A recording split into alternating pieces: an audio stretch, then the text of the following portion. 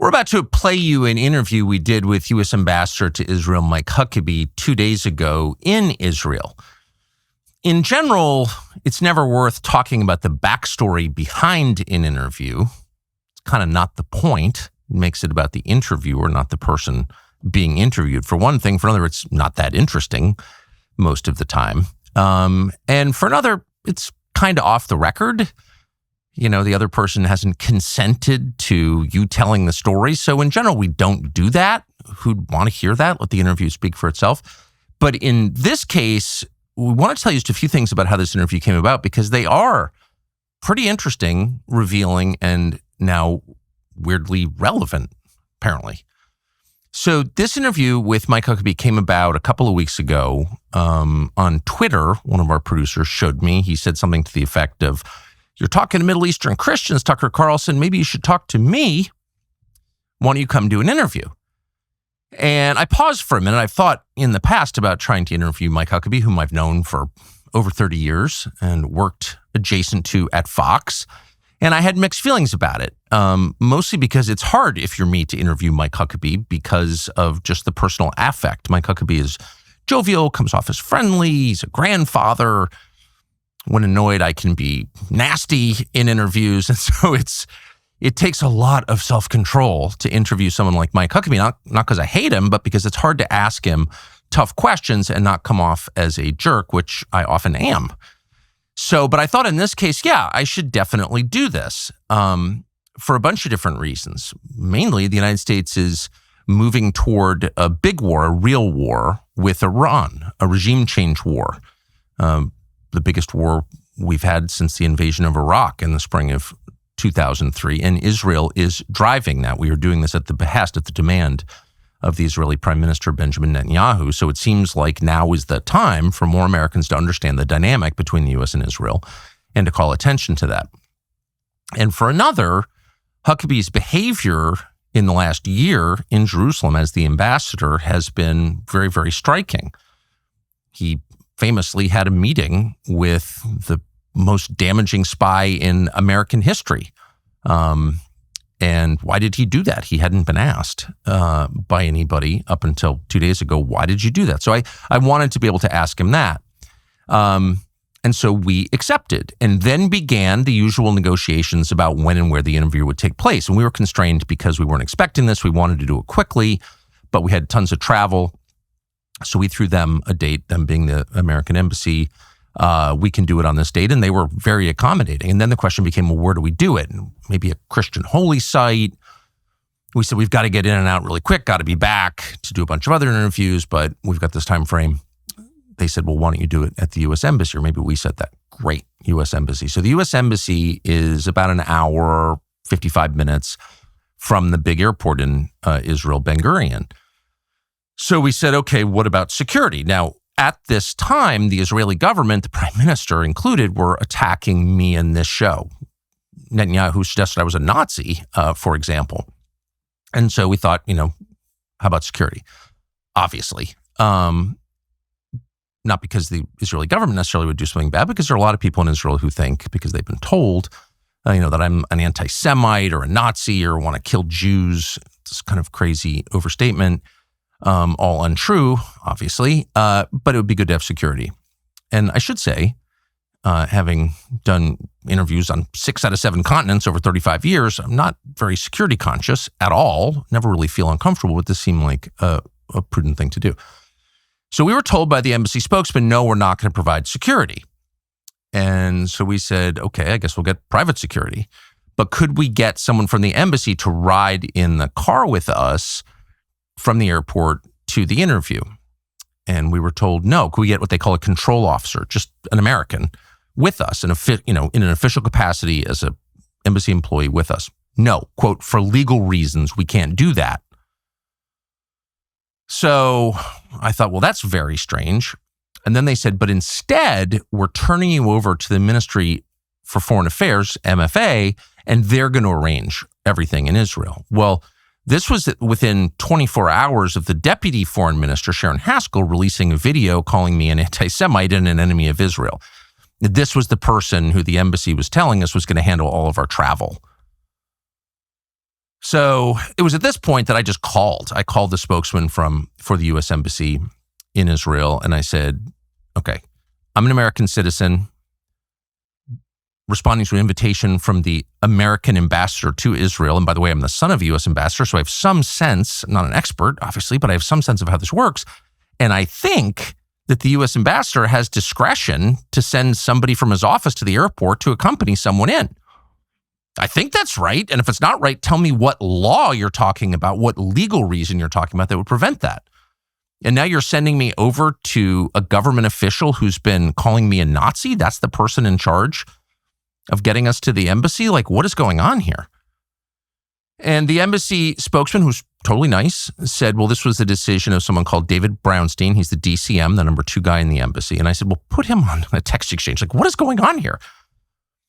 And so Brownstein got on and didn't answer the question, but basically said, well, okay, let's just do the interview at the airport in the diplomatic reception area at the airport. Okay, I said, we're going to be flying in from Europe, and we had to be in and out really quickly. So at great expense, we chartered a plane, which I never do because I'm cheap. But we did. And so then I said to them, okay, I want to send you the flight information, tail number, flight number, route, and I want you to pass that on to the Israeli military just so, they don't mistake us for an Iranian drone or something. I mean, not to be paranoid, but again, this is probably the most violent country in the world, Israel. Is there a country in the world where a higher percentage of the population has held a gun or shot someone? I mean, I don't know the answer, but this is a country famously waging a 7-front war with all of its neighbors, so this is also the country that bombed the USS Liberty, knowing, we know this from NSA intercepts, that it was an American ship. So don't, just send the military our flight information and, we can all just sort of know it's on the record and we can all calm down a little bit. No, they said. The U.S. Embassy said, no, this is, your flight is not a matter of concern to the Israeli military. I said, okay, now you're making me uncomfortable. Isn't the airspace of Israel the purview of the Israeli military? Aren't they in charge of maintaining the integrity of their airspace? When you fly over the country of Israel or any country, its military keeps track of you because that's their job. So why wouldn't you send our flight information to the Israeli military? You're making me nervous. I sent this exchange. I took a screenshot of it and sent it to a bunch of people, including in the U.S. government, because I'm not a paranoid person and I'm not a jumpy person. I said, is this weird behavior? Yeah, it's really weird behavior. All of them said that. So I got pretty aggressive and just said, look, you got to do this. Okay. And they, to their credit, got back to us and said, yes, we will do that. But I just thought that was completely bizarre and menacing, by the way. Now, at the same time, and I think this is relevant, certainly it goes to motive, I was attempting to set up a meeting, as I have been for the past 3 months, with the Prime Minister of Israel, Benjamin Netanyahu, who I've dealt with a lot in the past, and who denounced me as a Nazi in public, a member of the woke Reich. And why was I trying to do that? Not an interview. I knew he wouldn't sit for an interview, but I wanted just to meet with him in person. One, to show that I'm willing to go to Israel. I don't hate Israel as a country. But two, just to say directly to him, this is bad. This should be de-escalated. This kind of rhetoric doesn't help anybody. Calling me specifically, a Nazi and an anti-Semite when you know that I'm not. By the way, if I was, I would just admit it. I've said many times I think anti-Semitism is immoral. It's against my religion, just as hating any group on the basis of their bloodline is immoral. So the new year is here, but that does not mean you've got to overhaul your whole life, despite claims to the contrary. You don't have to take drastic measures. Make a few changes here and there, and you'll be a lot better off. And you can start with the snacks in your pantry. Now, products from standard American chip brands are, let's be honest, pretty repulsive, filled with chemicals that make you feel heavy and bloated. They don't even taste that good. They're not good for you. We recommend an upgrade with Masa chips. Masa is the easiest way to eat clean without feeling like you're on a diet. The chips contain 3 ingredients. That's it. Organic corn, sea salt, 100% grass-fed beef tallow, and that is it. No seed oils, no mystery chemicals, just food, actual food. And they're amazing, and you feel great after. You don't feel weighed down. particularly enjoyed the Cobanero flavor lately, but they're all great. You want to give them a try? Visit masachips.com, M-A-S-A, chips.com/Tucker. Use the code Tucker for 25% off your first order, or you can click the link in the video description, or you can scan the QR code to claim this outstanding offer. And so I really pushed hard for this meeting, and I called a lot of people who know him and who are in regular contact with him. In fact, I went to go see some of those people directly. Please, can you help me get a sit down for 5 minutes with Benjamin Netanyahu? And I probably called or met with 6, 7, 8, maybe more people on this question. People in official capacities, people in the Israeli government. I know a number of people in the Israeli government, people in Israel, a friend of mine in California who knows him. I mean, I really, really tried. And I did so for 2 reasons. One, because there was a threat to my family. The Israeli government and Netanyahu himself tried to punish 2 members of my family. I won't be more specific, but actually punish 2 members of my family because he has said in public many times, believes in blood guilt, Amalek. You know, when someone commits a crime against you, you punish not just him, but his family, his bloodline. There's no idea that's less Western than that, more anti-Christian than that. Christians reject that. Netanyahu doesn't. That's why he's talking about Amalek. And he was going after my family, literally. So I felt very threatened by that. But moreover, I think it's bad for my country to have people using that kind of language. Round them up, bring them to the camps, gas chambers, Nazis, anti-Semitism. It scares the heck out of people. It makes people crazy and hysterical. And certainly in my case, none of that is true. I hate collective punishment. I hate attacking people on the basis of their bloodline. I hate anti-Semitism and anti-white racism and all of this, or any kind of racism, period. And I've said that a lot. So using that kind of language against someone who is not fundamentally your enemy, who just, in my case, I want Christians in areas controlled by Israel to be treated with dignity, to have rights. And I don't want the U.S. government involved in a war, a regime change war with Iran. Those are my priorities, and I've said them out loud. I have no secret agenda. So to attack me as a Nazi for saying that suggests a total unwillingness to compromise. You know, anyone who doesn't agree with us 100% must be destroyed. His family must be attacked, my family, and must be written off as a Nazi. Well, when you do that, it makes people hysterical. It increases the temperature to a point that, you know, someone's going to get hurt if you keep talking that way. And it's just bad. It's bad for the United States. It's bad for the world. So I wanted to deliver that message. I finally wound up talking to a guy called Yoram Hazony, who is an Israeli who famously organizes the American National Conservatism conferences. And I said to him, look, you're having a National Conservatism conference in Jerusalem this summer. You asked me to speak at the first National Conservatism conference in the United States, and I did. Obviously, I believe in national conservatism, America first. I think every nation should put its own people first. That's why you have governments.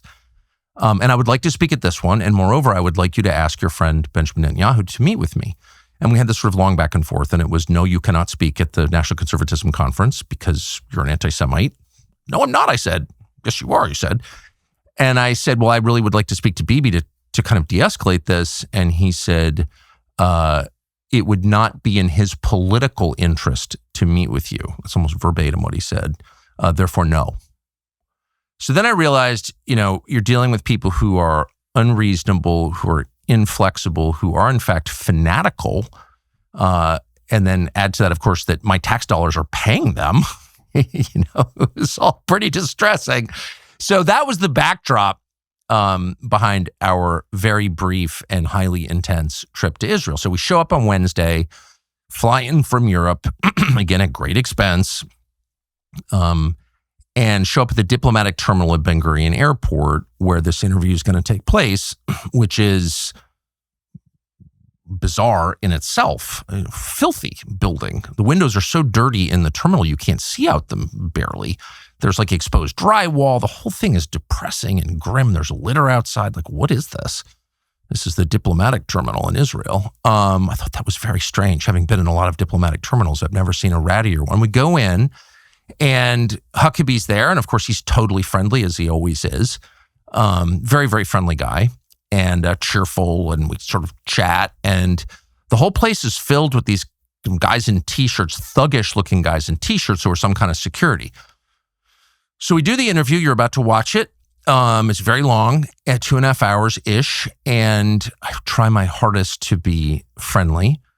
I think I kind of succeeded. You can judge for yourself. But I really got the sense, and again, you can decide as you watch it, that Huckabee was not able to answer any of the questions, but also not really in charge. You really got the feeling of a guy sort of trying his best to repeat the talking points, but very constrained, like unable to say certain things.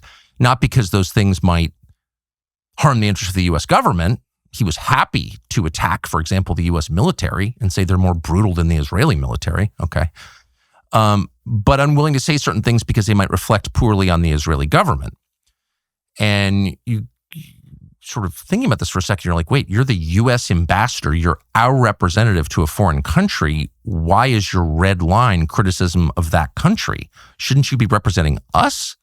And it was very obvious he was representing the Israelis. Obvious. And again, you can judge for yourself. But anyway, so we do this interview. It was cordial. And at the end, we're set to fly out. We have a time. We have to get out. And the plane is sitting right outside. And we're ready to go. And for some reason, the Israelis still have our passports. There are 5 of us there. And 4 of us are flying out on this plane. One's flying out commercial with our gear. So my business partner and I, sort of standing there, we've never left the airport, never went anywhere. But our 2 producers have spent the night before in Tel Aviv. And they're called into rooms and given the 3rd degree. Now, keep in mind, they're about to get on a plane and leave. In fact, we're late. We have to get out of there. We have a slot to get out. And security, whoever this is, won't let them go. So I don't really know what's going on at this point. I'm like, where are our guys? We got to get out of here. So one of them comes out and he says, that was the weirdest experience in my life. They asked me questions about the interview.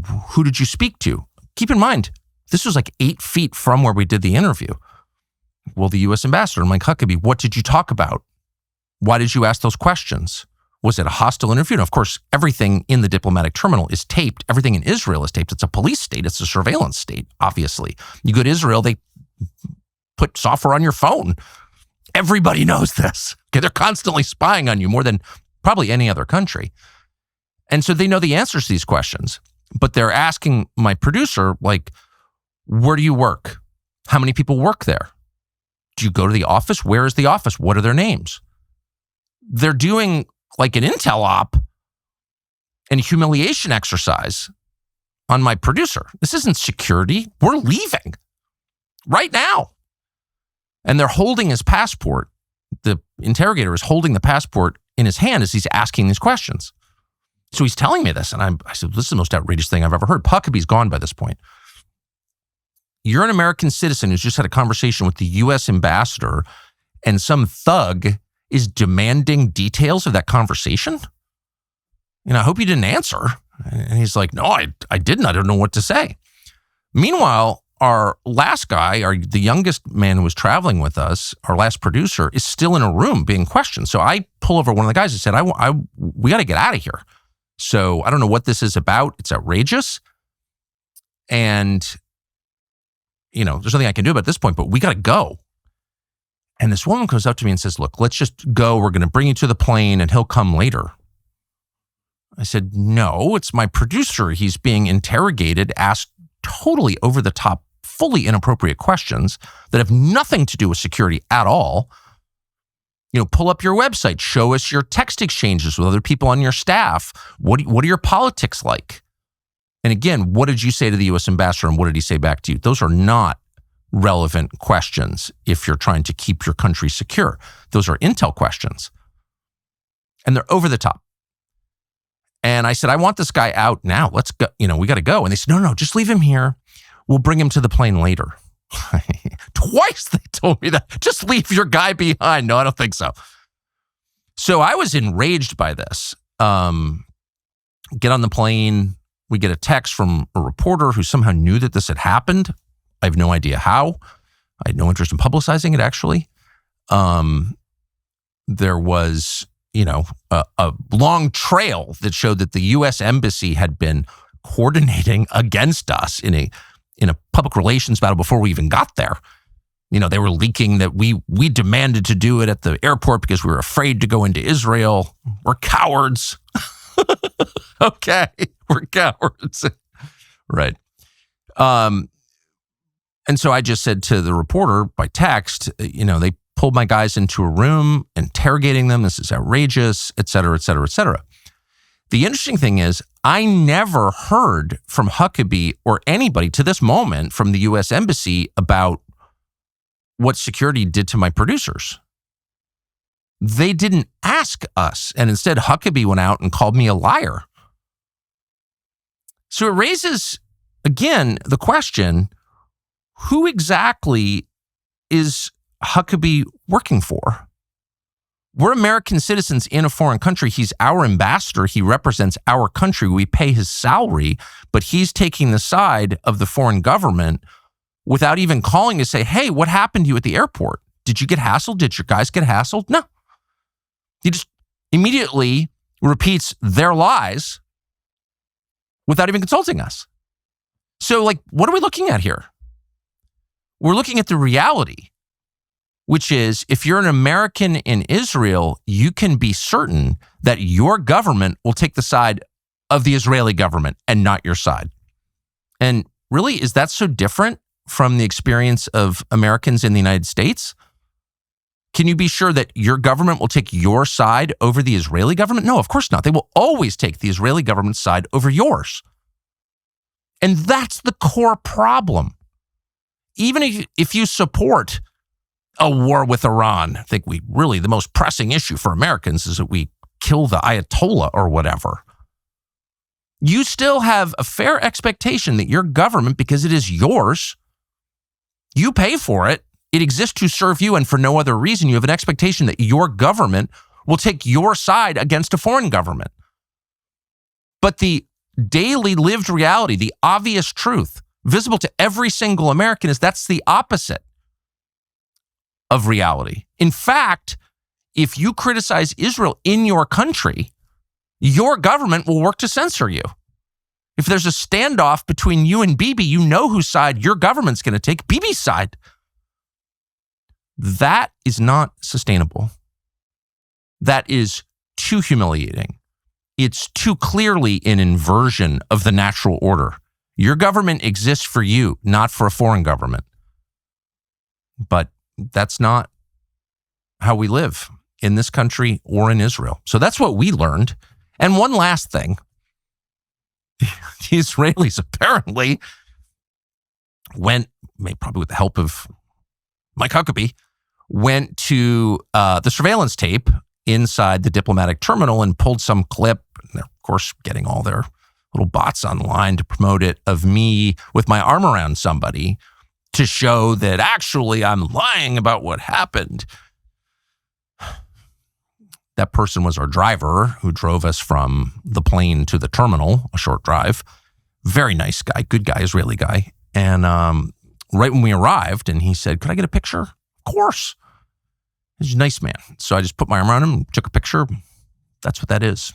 That was before the interview. It was before our producers were hassled by the thugs and asked ridiculous questions. It was before any of this happened. So that's just another installment of the propaganda war. Thought we'd give you the backstory on that. People seem to be more inflamed, not just emotionally, but physically, and more tired than ever. And food is part of the reason. Bad food. Ugh. Tastes good, but not good for you. For most of human history, people ate actual food, stuff that your body recognizes, but now you eat a ton of chemicals. Paleo Valley is the solution to this. Paleo Valley's bone broth protein is made from, 100% grass-fed and finished beef bones. That's it. No fillers, no additives, no weird industrial byproducts. It's actual food turned into something you can consume every day. Most people use it the way we do. You blend it into a smoothie or coffee.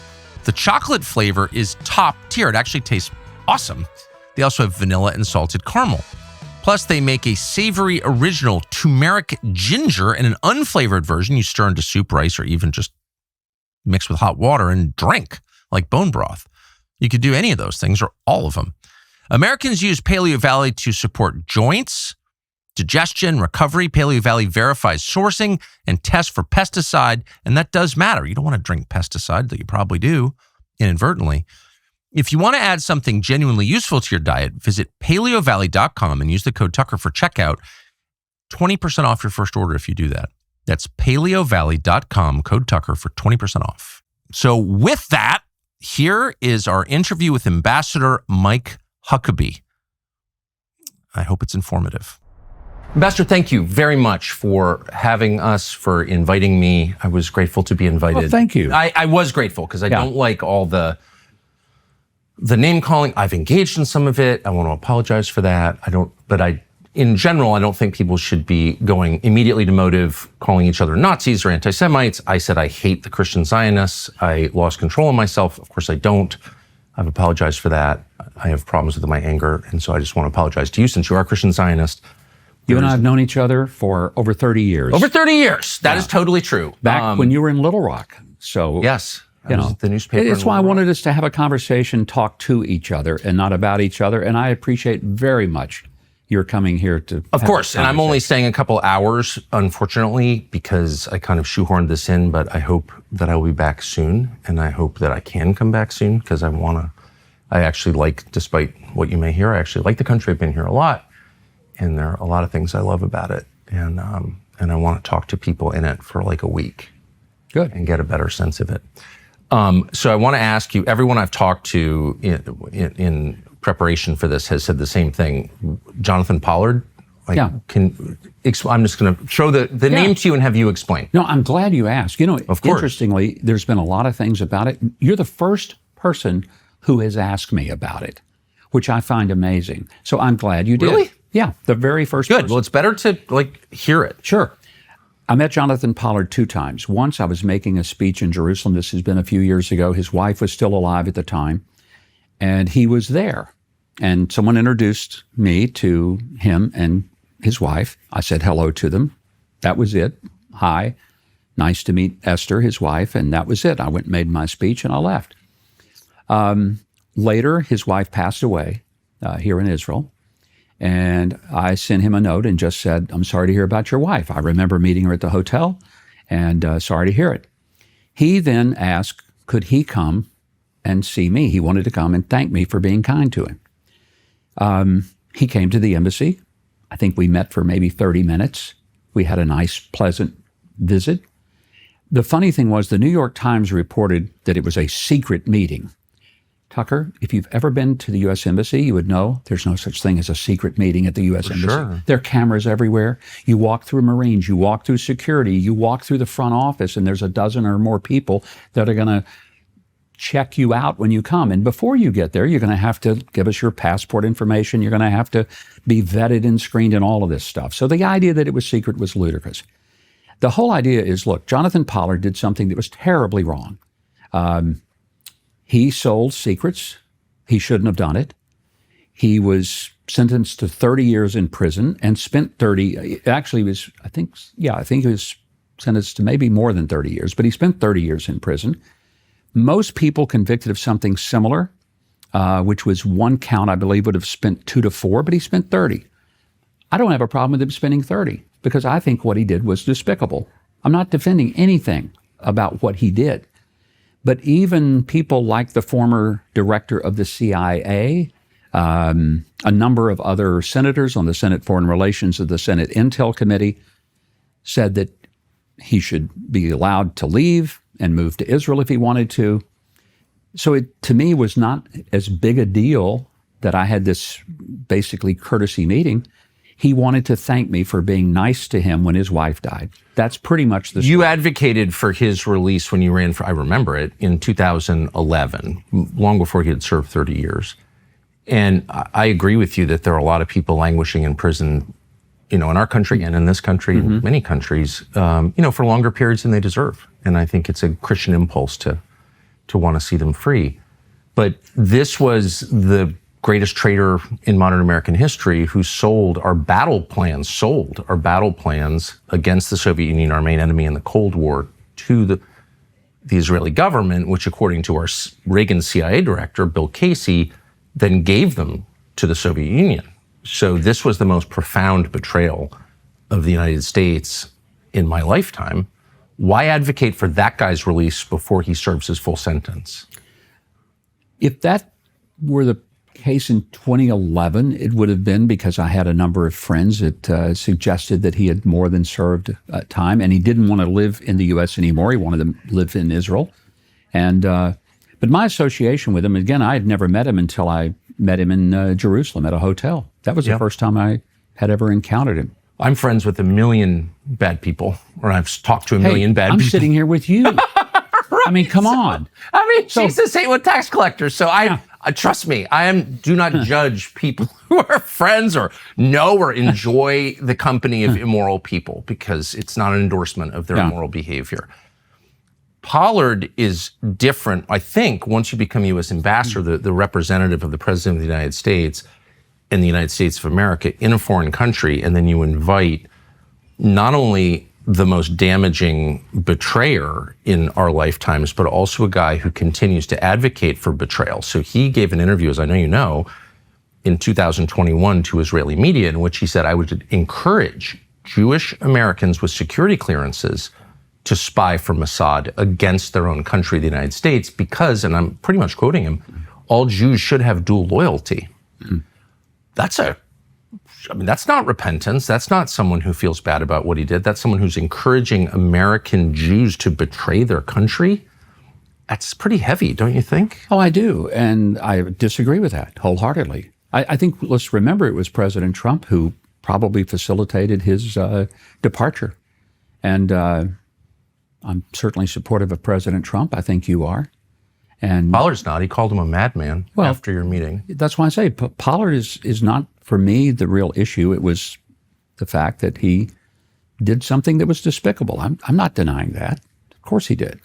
And he paid dearly for it, 30 years in prison, and he should have. That's what he should have done. There's no question about that. But why meet with him in the U.S. Embassy? Your colleagues said they were shocked. They said... Who were the colleagues that said they were shocked? Quoted on Background in the New York Times. I think the meeting was in August. I mean, this could all be fake. That's why I'm asking you. Well, the same New York Times said it was a secret meeting.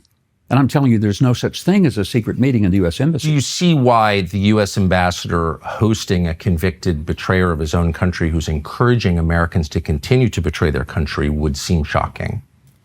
Well, I would say that it wasn't that you make it sound like I'm hosting a meeting. I simply met with him. I meet with people all the time. Some can just walk in without a... No, they have to have an appointment. Of course they do. Oh, so it is hosting him then, I think. Well, I don't know if it was hosting, but it was certainly, he was able to come to the U.S. Embassy to have a meeting at his request. I did. And frankly, I don't regret it. I met with a lot of people over the course of the time I've been here, and we'll meet with a lot more. That's it. So if you spend the evening at my house, you are guaranteed to find yourself in a conversation about the Hallow app. We talked about it this morning. It is the best prayer app ever.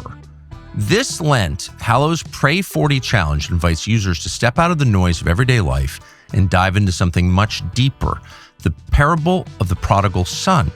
It's a story about a man who leaves home, wastes everything, hits rock bottom, and then realizes something transformative. He can go back. And when he does go back, he's not punished, he's welcomed, he's celebrated. That story tells the truth that no matter how far you have gone, you can still turn around. You're responsible for your next choice, even if you've behaved in deeply unholy ways, and we all have. Mercy still awaits you. This Easter, Hallow's Pray 40 Challenge is the best way to stay in touch with the Word of God, the good word. The challenge begins Wednesday, February 18th, and runs through Easter. Get 3 months free at hallow.com/Tucker. It's the best. There have been Americans in prison in Israel. There have also been, and there continue to be, dozens and dozens and dozens of accused sex offenders from the United States who fled to Israel, including one recently, an Israeli government official who was caught trying to molest a 15-year-old girl and fled to Israel and is not going back to the United States to stand charges for attempted molestation of a child. Have you advocated for the Israeli government to return him to the United States? I'm not familiar with that case. It has not come to us at the embassy. So I'm not aware. Is this the person in Nevada? That is correct. Okay, I in heard Clark about County, I would imagine so. Yeah, I heard about it, but I heard about it through open source media. It was never something that was presented to us, but I would have no problem with him being extradited back to the U.S. You're the president's and our country's representative in the state of Israel, so I think it would fall to you to advocate with your friend, the prime minister, to say, wait a second, we have a very close relationship. We're obviously the single largest source of outside funding for this country. How can you take an accused child molester and shield him from American justice, send him back to the United States? Have you ever had that conversation? No, because the prime minister would not be the proper person That may be in right. Israel Pardon my ignorance. But that would deal with an extradition. It would go through their court system. And so the prime minister is separate, very similar to what we have in the U.S., where there is a separation of powers. So it would go through something other than the prime minister. have you advocated to the courts, to judges, to anybody in the Israeli justice system? There has never been a request for me to engage in that. I would be happy to do it if the White House sent a message to me. I do work for the president. I serve at his pleasure. If anyone at the White House were to say to me, would you please go and make a case for it? But probably if that were to happen, it wouldn't come through the embassy as much as it would likely come from the Department of Justice at the U.S. in D.C. They would make the request. They might involve us, but they very likely would not. Does it seem strange to you that people accused of child molestation in the United States are allowed to have refuge within the borders of our closest ally? How that doesn't make sense to me. Well, I would say that If you've molested an American child, shouldn't you be required to stand justice? It's an allegation. Let's be clear. One of the things about our system of jurisprudence, you're innocent until you're proven guilty beyond a reasonable doubt. So if the charges are there, should he be extradited? I would say so. The charges are there. Yeah. Okay. So they should be. But that's a Justice Department decision, and they're the ones who should be pursuing it. To my knowledge, they haven't. They certainly haven't engaged the U.S. Embassy over it. Why would the Israeli government harbor fugitives from justice in the United States? I'm not sure that There are dozens and dozens and dozens. And in fact, there's an Israeli group that keeps track of them that is dedicated, Jewish Israeli group dedicated to combating the molestation of children, and keeps a long list. And you can look it up. And Tucker, I hope you're not saying that you think the Israelis support the molestation of children. Obviously, I'm not saying that. Okay, I'm saying that the Israeli government shields accused child molesters from justice in the United States. I'm not sure I could say that that's something that is provable. I don't know. But I am not aware that the Israeli government is shielding people. You obviously want to sleep well and fashionably. Brooklyn Bedding can help. Here at TCN, we take sleep time seriously, try to get 8 hours. And a lot of the people here cannot help rave about their Brooklyn Bedding mattress. The first thing you'll notice about your mattress is how stable they feel. That's because they're built to last for decades, not just years. It's American durability. By the way, when we bring in a new advertiser, we have them send stuff to the whole staff and people test it. And they love this. Brooklyn Bedding's founder built the company here in the United States from the ground up. Craftsmanship, grit, no college degree. Their factory is in Arizona. The prices are low despite the fact they're American made. High-end comfort without the high-end price. What makes these mattresses so great? Brooklyn Bedding uses copper-infused foams and thermoregulation-coated foams to help keep you cool and comfortable all night. Plus, they offer a 120-night sleep trial. That's plenty of time to make sure you love it, and we're confident you will. Visit brooklynbedding.com. Use the promo code Tucker at checkout to get 30% off site-wide. It's not available anywhere else, only on this show. So take advantage while you can. Visit brooklynbedding.com, promo code Tucker. Well, they are, and I'll give you and I just want to make sure that I pronounce this man's name correctly. It's Tom, I believe, Alexandrovich? I think that's right, and I've written it down, but of course my handwriting is so terrible I can't read it. But yes, he is an Israeli, I believe, cybersecurity official who was at a conference in Las Vegas last year and was caught up in a sting designed to catch people soliciting sex from children. He was one of a number of people arrested for this. He was arraigned and charged. And then 2 days later, he fled to Israel and did his first hearing by Zoom. He was allowed for some reason to leave for a foreign country, having already been charged for a attempted molestation of a child. And he remains here now. And there have been many news stories about this. And I just wonder if you would ask the Israeli government to put him on a plane and send him back to face justice for attempting to molest an American child. It doesn't seem complicated. No, I wouldn't mind doing that, but I want to find out if the Justice Department of the U.S. has already sought to extradite him. Is there anything in process? I don't know. Why wouldn't they seek to extradite him? I have no idea. That's a question for the Justice Department. I have many questions for the Justice Department, like why are millions of Epstein files still classified? Why do you think that is? I have no idea. I haven't kept up with that. I've never met the man. I don't know him. You haven't kept up with the Epstein disclosure? I mean, only from a distance. I'm 6,000 miles away from D.C. these days. You attacked me personally for suggesting that Jeffrey Epstein had ties to Mossad. I'm not saying he worked for Mossad. I don't think we know that. But there's no question that he had extensive contact with CIA. But I think you said it, a Turning Point event. Everybody knows Jeffrey Epstein. I said everyone thinks. And it turns out everyone was right, that he did have. I'm not sure everyone was right or everyone thinks. Okay, but you said that I was lying, and I don't want to make this about me. I don't think I said you were lying, Tucker. I don't recall. I'm just saying, why don't we release all the files, and then we don't need to guess? I got no problem with that. Go ahead. Would you call on it? Well, because you weighed in on it and said that this was not true, when of course I said there was no evidence. Well, there's quite a bit of evidence, but you haven't apparently bothered to read any of the files. Is that what you're saying? I have not read the Epstein files. Apparently you have. Well, they're on the internet. But when you say that that everybody knows that Jeffrey Epstein was a Mossad agent. That everyone believes that. I don't think everybody does. I don't know. Well, everyone knows that he had contact with, and by the way, not just Israeli intelligence, American intelligence, which is much more distressing for me. I'm not Israeli, I'm American. I don't want my government having any contact with someone like Jeffrey Epstein. So the shame I wouldn't either. is on the United States, as far as I'm concerned, just to be totally clear about that. Everyone's very sensitive about the Israel connection, not at all sensitive about the U.S. connection, which I find very revealing. We should care about what our government does first, I think. But since you weighed in on it and said there's no evidence, I'm surprised that since that evidence has been open to the public for a month, since you've already weighed in publicly on this question, that you've made no effort to evaluate that evidence. Why is that? I just told you I was certainly not aware that there were some specific allegations. I knew about the former prime minister, but I don't know him. I'm not sure I ever met him in my many times. You know, I've been to Israel over 100 times since 1973. The first time I came here was 1973, July. And it's almost 53 years of coming and going to this country. So I know the country well. I know a lot of people here. But I don't know everything, and I don't know everybody.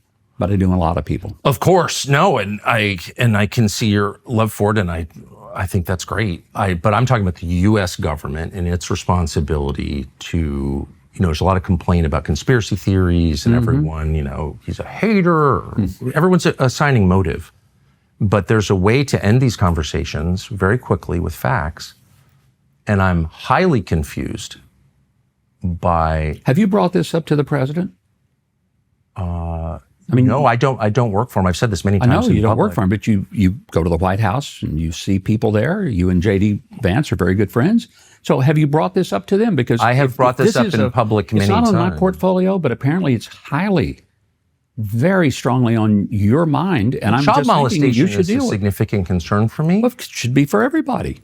But if there is a charged child molester. But I'm saying if you are very involved in the details of this, I'm not. And you think it's the U.S. government that's hiding and shielding somebody, then bring it up to the people that you personally know. I don't think that. I know it because the Justice Department has said we have millions of documents we're not releasing. Why are they not releasing them?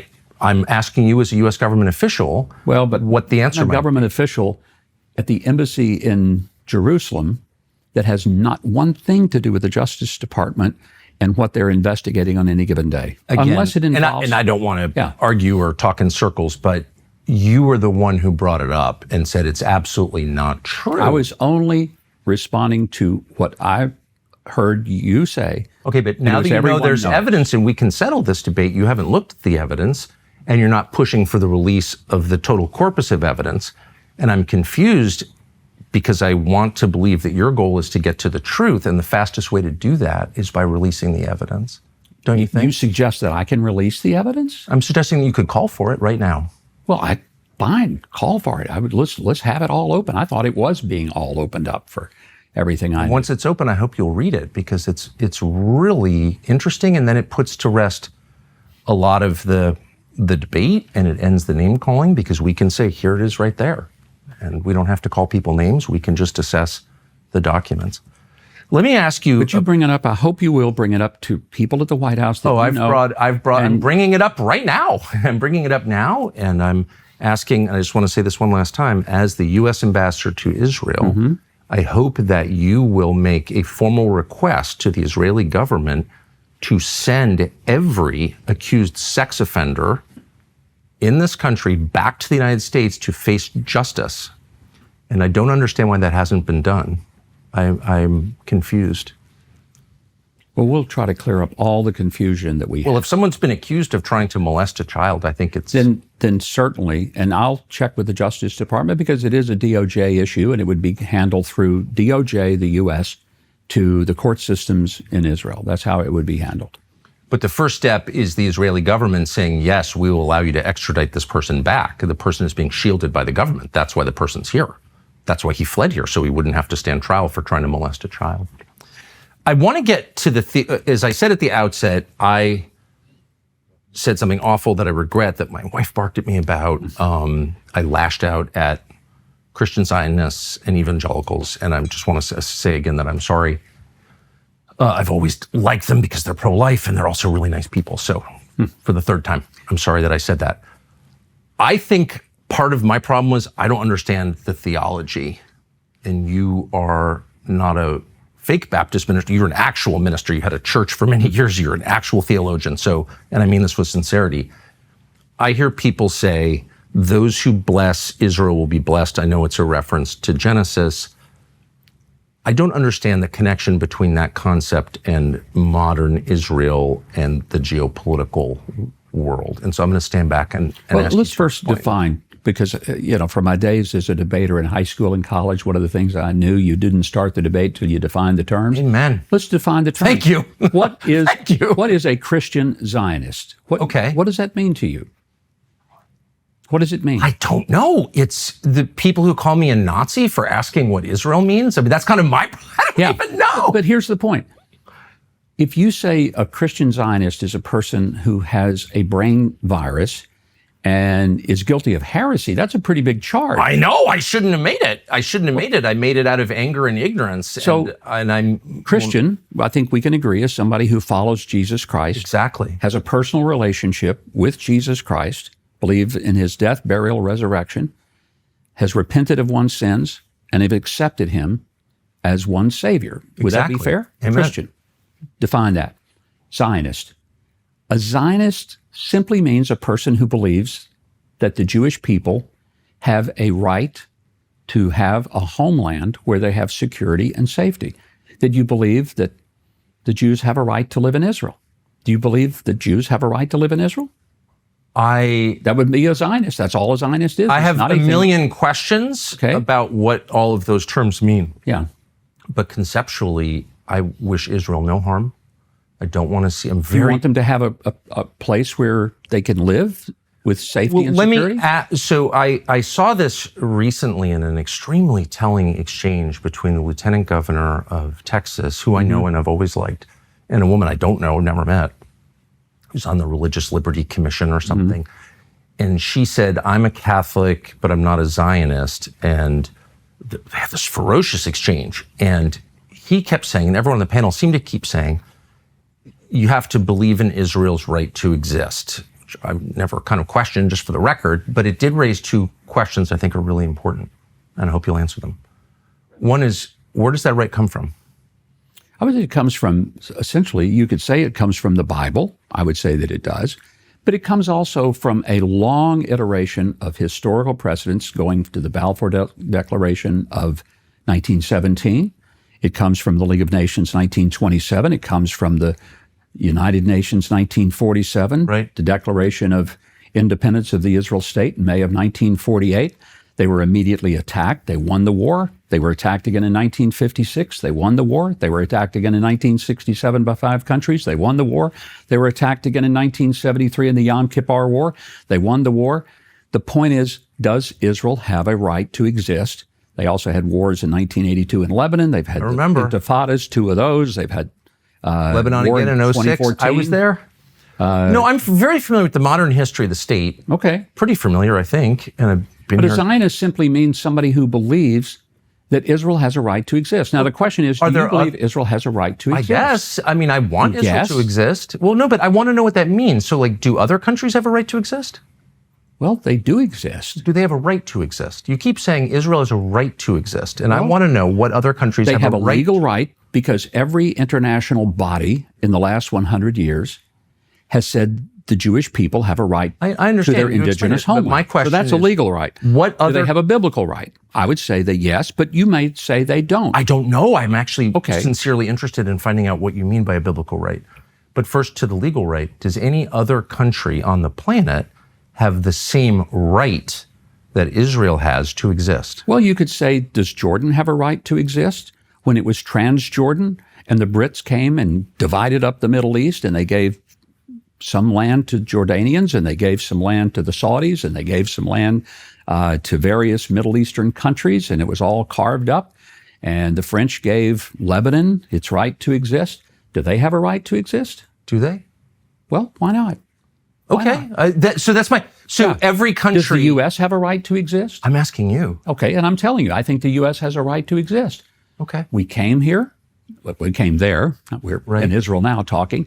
But does the U.S. have a right to exist? Does anyone question whether we have a right to exist? I don't. Yeah, but I, of course, I'm for America. You know. Good for you. But so every current country on the map has the same right to exist that Israel has. Is that what you're saying? I think what we're saying is that when a country has established itself and it is following international law, it has been deemed by numerous bodies that it is indigenous to its homeland, as Israel is.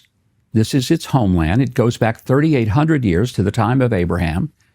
It's not that hold on. Now I'm the getting Jewish people just showed up here in 1948 and said, we're going to have some land. Hold on. here." So those are 2 different tracks, and I just want to make sure that we separate them so I understand each one separately. All right.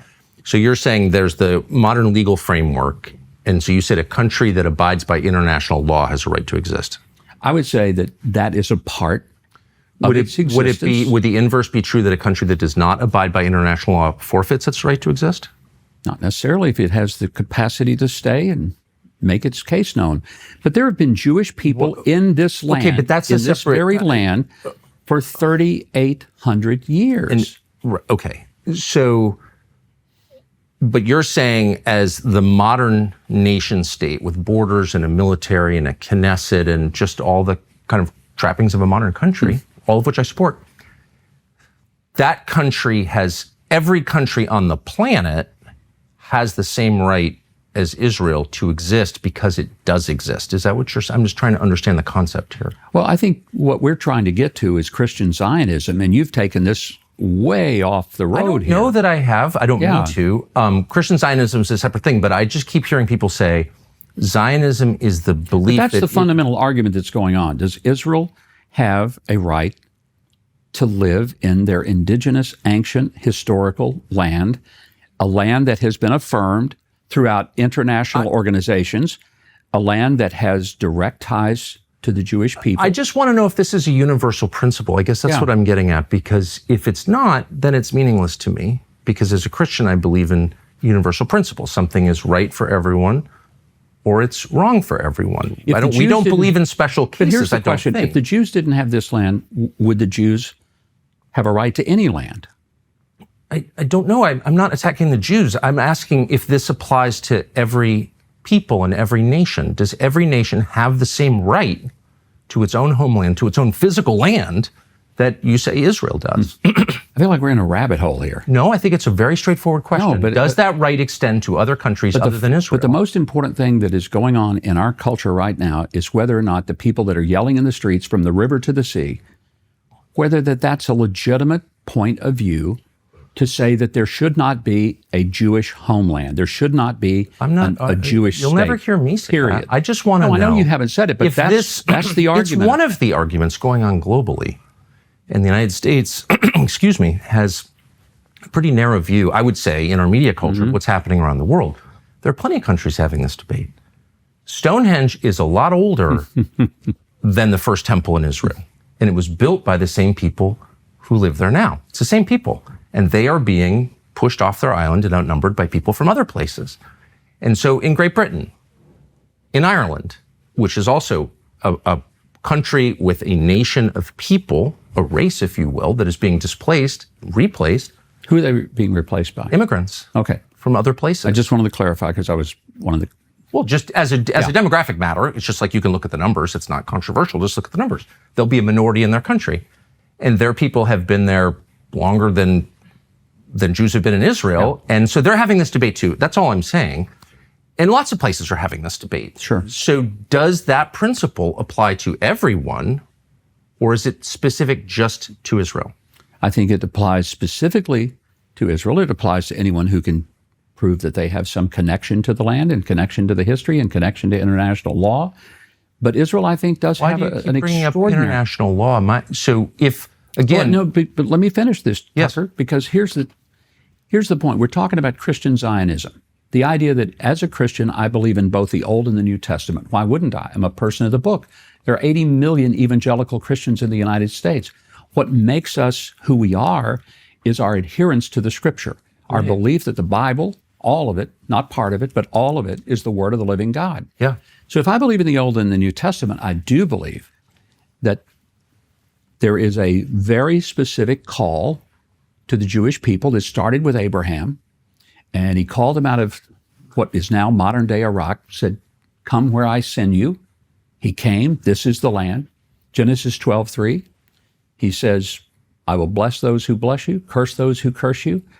In Genesis 17, he looks out at the world. He says, "Look, and this is where I'm giving you the land." I think and since that time, there have been people living in this land, right, connected to that moment of history.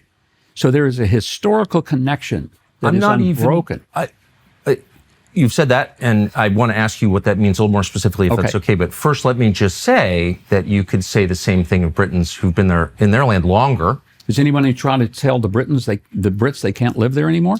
No, what's happening is... But they are saying that to the Jews. Oh, okay. But I just wonder if you would extend the same sympathy or the same principle. You seem like this is, you think I'm trying to trap you. I'm not. I'm at all trying to trap you. It'd be as simple as saying native Britons have the same... I got no problem with the native Brits having their land. Having the right to their land. But my point is, I don't know that there is a biblical connection for the Brits. Okay. But I would say... So that's what it comes down to. Take that off the table, and I think there's still a basis for the Jews having this little bitty strip of real estate. I'm not even arguing with you. I'm just trying to, I'm just trying to understand what it is that you're saying, because it's not obvious to me, and maybe it's an IQ problem, but I'm having trouble understanding this. But let me just go back to just clarify one thing. Okay. You've brought up international at least twice, maybe three times, as a basis for Israel's legitimacy. If Israel was out of compliance with international law, whatever that is, would it be less legitimate? Depends on if the law and the way it's applied is legitimate. There are some applications of so-called international law that are not legitimate. I agree. Look at the ICC or the ICJ. I agree. Utterly ridiculous. One of the reasons I'm so grateful President Trump and Secretary Rubio are pushing hard, trying to get rid of the ICC and the ICJ, is because they have become rogue organizations that are no longer really about an equal application of law and justice. I don't know enough about it to say if that's true or not. But I'm interested that you yourself appealed to international law as a basis of Israel's Well, what I'm legitimacy. looking at is the whole of the last 100 years. The Balfour Declaration is not exactly international law, by the way. It was a letter, I think. It was maybe not law, but it was a declaration. It was an assumption and a declaration that was done by Lord Balfour in Great Britain. At that time, this land was under the British mandate, and he said the Jews should have the land that was theirs from 3,800 years ago. It was simple as that. Right. And I'm not debating that. I'm just, it was not very it was historic not thing. international law. It was a colonial power saying, okay, But then here's how later we're it going to was divide up the international world law after under the League fall of Nations, Ottoman under the Empire. United Nations. And then because of the victories that Israel had against those who tried to annihilate them, and it wasn't just that they were trying to take a little piece of their land, they tried to annihilate them. Okay. And there is still to this day the shouts of from the river to the sea. And Tucker, that means only one thing, not the shrinking of Israel, but the annihilation of Israel. I don't think That's I don't different. think you can say that you know what it means actually, because you don't know what's in people's hearts. So why don't we just deal with the facts? Maybe some people mean it. I know it's to in their mean that. mouths. I know it's in their minds. But I'm not, look, you'll never hear me say that. Yeah. What you will hear me say is I'm confused by what the definitions are. So let's go through this. You've appealed to Genesis. Genesis 15 says it's Abram, it's pre-Abraham, it's Abram, receives from God the news that his descendants will inherit the land. And you tell me as the theologian if I'm getting this wrong, but from the Euphrates to the Nile. I think that's right. And that would include like basically the entire Middle East. That would be the Levant. So that would be Israel, Jordan, Syria, Lebanon. It would also be big parts of Saudi Arabia and Iraq. It would be, I mean, I'm not sure it would go that far. I mean, it would be a big piece of land, but here's the it point. would be a lot of places that are now countries that But this particular area that we're talking about now, Israel, is a land that God gave through Abraham to a people that he chose. It was a people, a place, and a purpose. We can look at it that way. Christian Zionism, I want to go back because that's where we started I'm on not this. going to let you off on this because you have said ahead. it 3 times Okay. that God gave this land Yeah. to this people. And so it is entirely fair for me with respect to ask, what land are you talking about? Because I just read Genesis 15, as I have many times. Mm-hmm. And that land, I think it says, from the Nile to the Euphrates, which is, once again, basically the entire Middle East. So God gave that land to his people, the Jews, or he didn't. You're saying he did. What does that mean? Does Israel have the right to that land? Because you're appealing to Genesis. Yeah. You're saying that's the original deed. It would be fine if they took it all. But I don't think that's what we're talking about here today. What would be fine? Well, it's exactly what we're talking about today. But here's what I don't think you think it would be fine if the state of Israel took over all they of don't want to Jordan? take it over. They're not asking to take it over. But you're saying that the reason that Israel is legitimate, has this inherent right to exist, is because, in part because God gave it to his people. And I am going to the same Bible that you're referring to and noticing that that is a huge piece of land. So if God gave them that land, then they have a right to take it now by your definition, unless I'm missing something completely. I think you're missing something because they're not asking to go back to take all of that, but they Why are not? asking to at least take the land that they now occupy, they now live in, they now own legitimately, and it is a safe haven for them. But may I ask though, as because you're explaining what Christian Zionism is and your theological beliefs. And you think you just said it would be fine with you if the state of Israel took all of Jordan, all of Syria, all of Lebanon. That's really not exactly what I'm trying to say. I'm asking, Tucker. is that what you said? I thought that's what you just said. It was somewhat of a hyperbolic statement in that, if that's what you feel like that we're talking about, but it isn't. We're talking about this land that Israel, the state of Israel, now lives in and wants to have peace in. They're not trying to take over Jordan. They're not trying to take over Syria. They're not trying to take over Iraq or anywhere else. But they do want to about protect Lebanon? their people. No, they're not trying to take over Lebanon. But you're saying that as a religious man, as a Christian Zionist, you agree with a lot of religious communities here in Israel that the justification for this country is theological. It's a contract between God and his people. And I'm telling you that that contract includes a tract of land that is much larger than the current nation state. So you may be a bigger Zionist than even the Jews are that live in I'm Israel. trying to understand the implications of your theology for geopolitics, Yeah. because you're saying that the present government of Israel has a moral right to take over what are now other people's countries. No, I didn't say that, Tucker. Then what are you saying? I'm simply saying that the people who live in Israel, I think, have a right to have security, have safety. They have a right to be able to live in this land that they have a connection to for 38 I told myself when I said a prayer that I would not get annoyed, but as someone who is the father of daughters, when I see child molesters hiding in Israel and escaping American justice, I think I have a right to safety in my country too. So you can understand that I think most people feel they have a right to safety. I do think Israel has a right to safety, and I hope that for them. And I'm sincere, but I'm an American, and I have a right to safety in my country too. Of course you do. Agree? And I think so. But I just want to get to this point. If Israel were to say, God gave us in Genesis 15 all of Lebanon, all of Syria, all the way up to Iraq, would that be legitimate in your view? I don't think in this particular day and time they're asking for it. Would it be legitimate? I'm not sure that it would be. Why? Because you just said that God gave it to them. Because I think that there is an understanding that the people of Israel today, now if they end up getting attacked by all these places and they win that war and they take that land, then okay, that's a whole nother discussion. But you and I started out. We started talking about something simple: Christian Zionism. But it turns out it's not simple because the core of Christian Zionism, you said, and I'm quoting you, is the understanding, the belief, the theological understanding that Jews have a moral and legal, we went through the legal, biblical, moral deriving from the biblical, from the promises in our Bible, which we share with the Jewish people, the first part of it, the Old Testament, that it derives from God's promise to the Jews. And so I have two questions. What are the borders of that?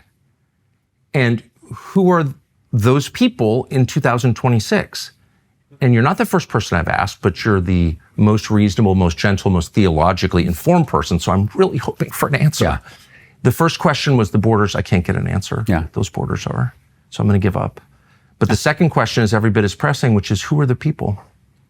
Who are the modern? Yes. Who are the descendants? So we know, and I believe, and I agree with you as a Christian, that God promised this land from modern day Iraq to modern day Egypt to this people, the Jews, to Abram's, actually not to Abram's descendants, as it says in Genesis 15. Who are his descendants now, and how do we know who they are? I think they're the Jews, and we know who they are because they've always been a Jewish people. There has been an unbroken line of Jewish people, and they've lived in this land for 3,800 years. Sometimes not very many of them, because they were chased out all over the world. They were hunted down. They were almost annihilated during the Holocaust. They came back. To this day, Tucker, they represent, you know how many Jews there are in the whole world? Please, no, I understand. But first of all, the greatest genocide of Jews no one ever mentions was by the Romans, where they were literally banned from Jerusalem for 500 years. Yeah, of course. And it's all awful. And I'm opposed to all of that. I'm opposed to mass killing of anybody, period. I'm opposed to killing. Hear you say that. I mean it. Yeah. And I hope we can agree on that. I believe that. My question is, and it's not a bumper sticker answer, it's a sincere answer, how do we know? Because what you're saying is that certain people have a title to a highly contested region. They own it in some deep sense. So I think it's fair to ask, who are they and how do we know? So the current prime minister's ancestors weren't from here within recorded history. He has no deed. Bibi Netanyahu, on one side, his family's from Poland. They're from Eastern Europe. So how do we know that he has a connection to the people who God promised the land to, Abram's descendants? How do we know that? Well, if you take the genealogies that come not only from the Old but the New Testament, you see that there is a historical connection through the entirety of the Old and the New Testament that details the Jewish connection to this land. Does that include Bibi's family? How do we know that if his family if they were comes here, scattered? But how do we know it's the same people? Why is that crazy? If you say to me, if they speak the same language, if they worship the same God, if they follow the same Bible, if they follow the same cultures and traditions, and they always pray next year in Jerusalem, and they pray for the peace of Jerusalem, and they pray facing toward Jerusalem, does that not give you a little bit of a clue as to who they are? Let's go through those things, because I would like to have a rational this is the conversation I've wanted. Bless you. Thank you for doing this. Let's just go through those things. Okay. So one of the things I admire most about Israel is they resurrected a dead language in 1948. Good for them. Well, they really didn't resurrect it. It was existent. Okay, that's a compliment. I'm not slighting. No. But it is the first time in all of human history that a language has survived through this length of time. It's. I would call it. You might not, but I would call it a miracle. One of many. Okay. That you can attribute to this. I think it's wonderful as someone who loves language. Netanyahu's parents did not speak Hebrew. Okay, they didn't live in this region. Netanyahu, the founders of this country, were mostly secular. Some of them were avowed atheists. They were not praying for the peace of Jerusalem. They weren't praying at all because they didn't believe in God. There's no genealogy linking their families to the people of this land 3,000 years ago. They're not. So how do we know, since they didn't share a language, they didn't share a religion, they had no religion whatsoever, how do we know that they had a right to come here from Eastern Europe and but they were take scattered. the land? They were scattered to Eastern Europe. that. They were scattered all over the world. There were many in Ethiopia. They were in Russia. They were in Poland. They were throughout Asia. Jews were all over the place, but they were still Jews. But they were still Jews. Okay, That's so then what let made me them get to the unique. nub of the question, since again, a lot is at stake, a lot of money is at stake. Land is very valuable. Israel has a lot of resources. By the way, if you're accused of a crime, you can hide here. That's a pretty good passport to have. It's a good thing, right? So who's entitled to it? I don't understand, and you're very discouraged in the United States from asking this question for some reason. It's a totally rational No, I'm not question. discouraged. No, you're not discouraging me. Yeah. Others do. You're like the only person I can have this conversation with. Everyone will be like, shut up, Nazi. It's a foundational question. Are you speaking of an ethnic group or a religious group? Well, I think you're looking at, for many people, it is religious. There are people who may not have a deep religious connection to Judaism, but they're still Jews. Okay, so it's an ethnic category. It is ethnic, but it is also religious. It is rooted in religion. You can't take it out of it. Now, that means then there are how some people, can an atheist? Well, I will tell you this. There are some people who say, I'm Christian. They never go to church. They never pray. They never read their Bible. They don't tithe. But they're not entitled to citizenship on the basis of that. Well, they're but not I'm saying entitled that to. they still call themselves Christian, Of course. even though they identify in that way. Here's the difference. You're saying that people who have this identification have a deed to a huge chunk of land on the Mediterranean.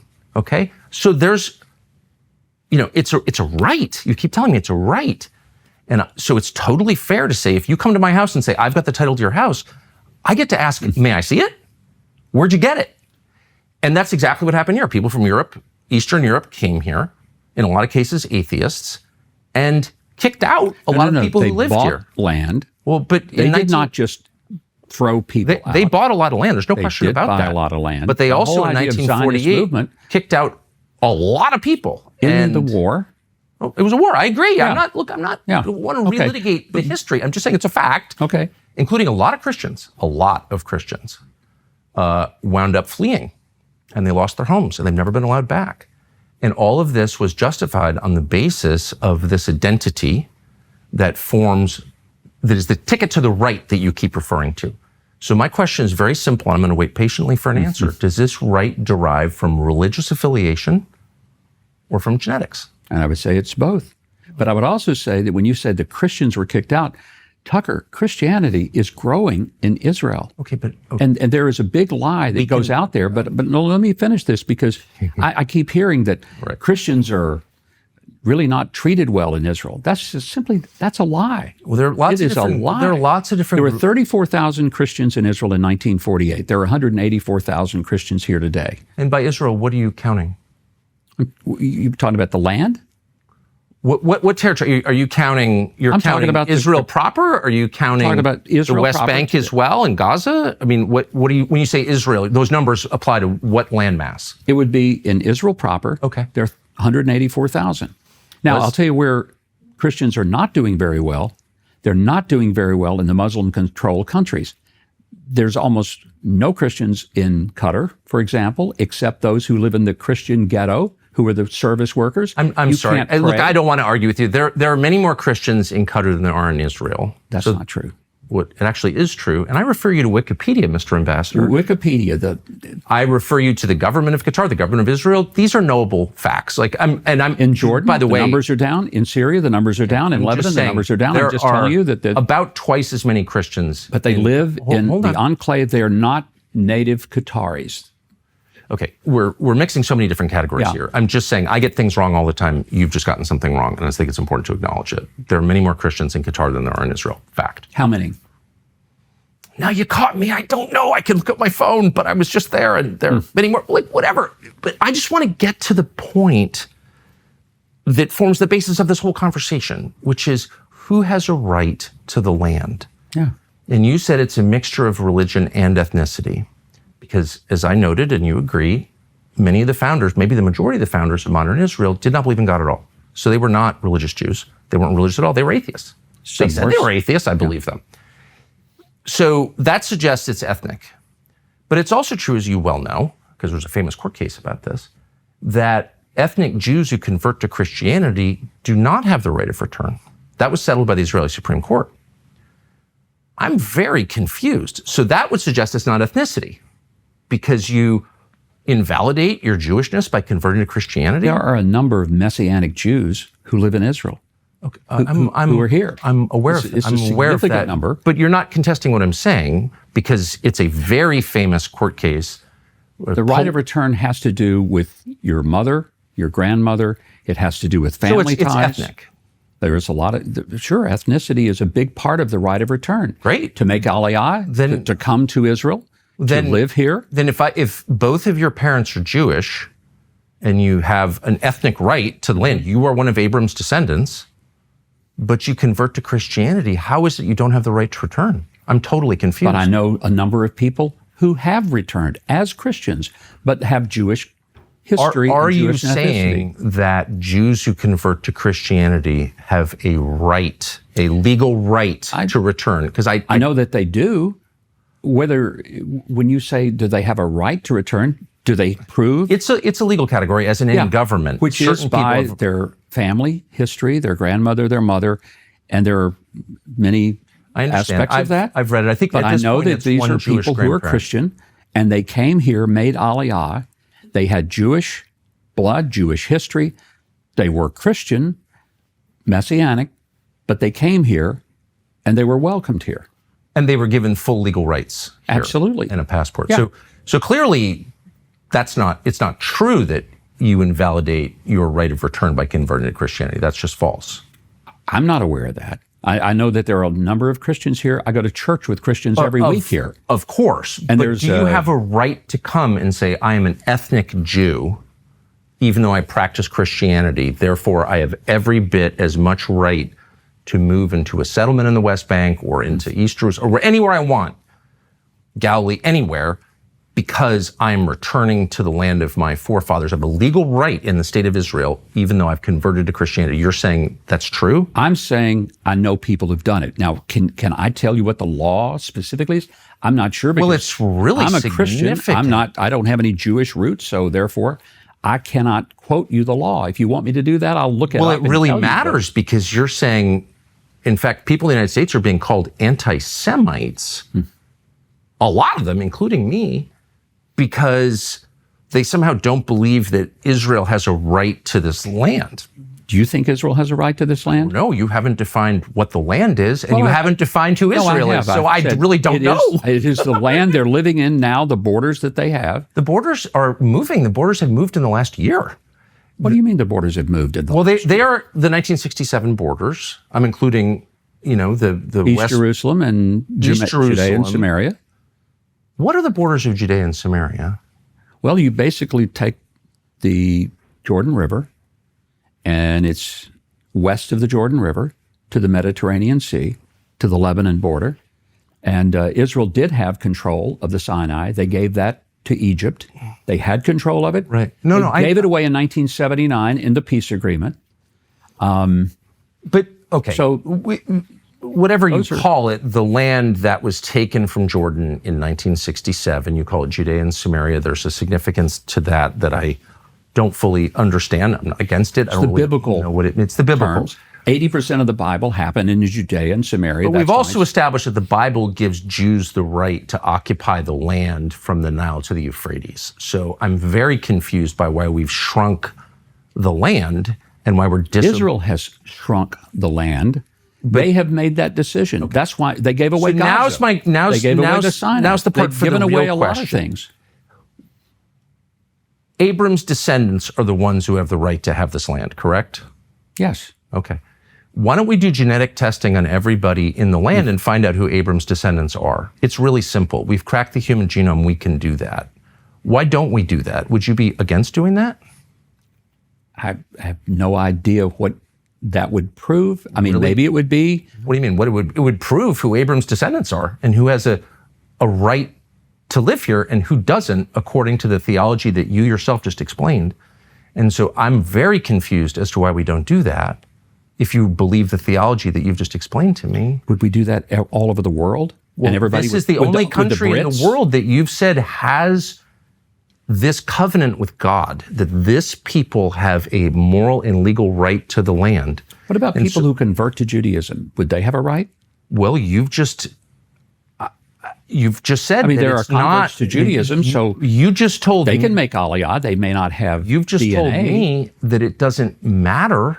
You told me moments ago, I'm trying to keep track, Okay. that it doesn't matter whether or not you believe in God or whether or not you practice Torah Judaism or Rabbinic Judaism, which is something else that I don't even know if we should, I don't even know what that means. But it doesn't matter whether you're, quote, a religious Jew or not. What matters is that you are part of the Jewish people to whom God gave this land that extends from the Nile to the Euphrates. And so if you believe that, wouldn't you want to know with a burning passion who those people are? And because of science, we can now know who those people are. So why aren't we finding out? I guess you could propose a DNA test for everybody who comes here, everybody who lives here. But the point I'm comfortable with secular nation states Yeah. where none of this is done on the basis of blood. I'm uncomfortable with that. I'll just say that. But there are people who may not have bloodlines, but who have converted to Judaism. Are they going to be able to live here? Are you going to kick them out? By your standards, they can't live here No, because you've I've just never told said- me no, that they have a right to live here because God gave them the land because they're the descendants of Abram. They're the descendants of Abraham. But if they're the spiritual descendants of Abraham and they've now decided that they're converting to Judaism, then do they have a right to live in Israel? Well, there's a whole legal literature in Israel on that question. And my understanding is that certain types of modern Judaism qualify a person and other types don't. Is that your understanding? I don't believe that people converted, and I could have this wrong, Yeah. but I know people who've faced this personally, know people. I don't believe people who've converted in a Reform synagogue have the right of return. I don't think that is, because I know people who've married into Jewish families and they find out they don't have the right of return. So that is perplexing to me. Yeah, I know, my experience is a little different than yours. I know people who have definite Jewish connections, family relations, but now they're Christian. Some are not necessarily practicing Jews. They're not, they're more secular Jews, as you've discussed. But they come back here. Okay, I'm not against that. I'm just wondering, since you began this conversation by asking me, did I think they had a right to come here? Yeah, that's And what my question Zionism is. was, on what basis do they have the right? And And you I've tried said to- because God granted it to Yeah, them. and I also said because that there should be a land where Jews can live in peace and safety. And I asked you what a Jew was, and you couldn't answer it. You No, I said didn't it partly is religious, but doesn't have to be. It's partly genetic, but it doesn't have to be. And so that you can see why I'm confused. I think I was very clear that being Jewish is an identification either through blood or through faith that you're Jewish. It may be that you're a blood Jew, but you don't necessarily practice Judaism, just like there are people who say they're Christian, but they don't do a thing to demonstrate what Christian There are a lot of means. bad Christians, including me some of the time, a lot of the time. But I don't have a right to real estate on the basis of my claim of You Christianity. don't have a right to real estate if you're talking about a specific parcel. But if you're talking about a land, I think what we're talking That's about real is estate. that, That's all I'm, Yeah, and- all I'm saying. and So- there was a designation to the family of nations of the world that there would be a Jewish homeland. Let's get to that point, because I think you've taken us on several trails here, and I'm not sure we can follow them all. But is there a reason that the Jewish people that represent, and I want to get back to this because you didn't let me finish a while ago, they represent 0.2% of the world's population. In the entirety of the world, there are about 16 million Jews total. and 8 million of them live here. The rest live mostly in New York or South Florida and a few other places. Okay. So this is a small population of people. They have connection to this land historically, biblically. Do they? Yes, they do. If Bibi's family, we know they lived in Eastern Europe. There's no evidence they ever lived here. He's not religious. But in what sense how do we know that? Do you have his family tree? No, we don't. Do you? He doesn't. So no one does. That's the point. But So if how do there we is- know that he but has any if they connection are to this land at Jewish, all? And if there has been a practice of Judaism and a connection to the language, the he Bible, doesn't- the land, His ancestors didn't. He doesn't practice Judaism in any rigorous way. His ancestors didn't live here. They didn't speak the language, and there's no evidence they ever lived here. So on what basis does he have a right very to be much here? speaks the language. He has fought for the land. His family has fought I feel for like the you're land. dodging a No, I'm not very dodging. obvious question, which is where does this right come from? And the I've- reason I've it's given meaningful you that is answer. because there are a lot of people in the territory that Israel controls today, particularly in the West Mm-hmm. Bank, who, through genetic testing, we can know their families have been here for thousands of years. We don't know whether they practiced Judaism, whether they were Samaritans, pre-Islam. We don't know that. A lot of them we know have been Christians for 2,000 years. They have less of a right to the land than someone whose ancestors, the only thing we know about them is they lived in Latvia or Poland. They're Eastern European. How does that work? They're Jewish. By what definition? They're Jewish by their But how do we know they have any ethnicity. connection They're to Jewish the by Jews their of the, faith. They're of the Jewish Bible? by the connection to the language. Jewish by the connection to the Torah. But how do we know that Bibi, specifically Bibi's ancestors, ever lived here? How do we know that? I'm not sure if I understand your question. How do we know if the Prime Minister of Israel's ancestors ever lived? Maybe I could ask you, how do we know they didn't? I mean, Well, it's on the basis of the claim that they did that all kinds of things happen. People are displaced. There's a money flow. I mean, it's a big question. A lot hangs on this. It's not some theoretical thing like, oh, did my grandparents do this or do that? It's like, no, we have a right to be here because my ancestors were here. Okay, how do we know they were here? I'm totally unable to process what you're trying to get at. It goes back, do Jewish people have any land on this planet that should be theirs to I give feel them? that way about all peoples. I feel that way about Jewish peoples. I feel that way about... Okay, then you don't mind them having Is this there little any sliver of land, country, let me right? ask you this bluntly, is there any country that European peoples have a right to exclusively? I think they have attained their land through conquest. I mean, let's ask Have the ourselves. Britons do attained the their land through Romans- conquest? No, they've always been there. The Romans, the Greeks, we've had all these let's civilizations. speak. Let's speak. Well, you could certainly say that here. The Romans controlled this, as you know, and they expelled But they all the don't Jews anymore. from Jerusalem. Amen. I Yeah. don't want them to control it. Hope not. I'm anti-Roman. Okay, we're on the same page. Okay. But my question is very simple. Is there any European peoples that possesses the same right to their land that the Jews, including people whose ancestors lived in Eastern Europe, possess here? The Britons, we know, the British people, the Scandinavian people, the Irish people, their ancestors have been there for thousands of years. That's provable through genetic testing. Do they have a right to their land exclusively? Is anyone saying they don't? Yes, of course. Yes. Who's saying No one will say they will. And I'm asking you, do they have that right?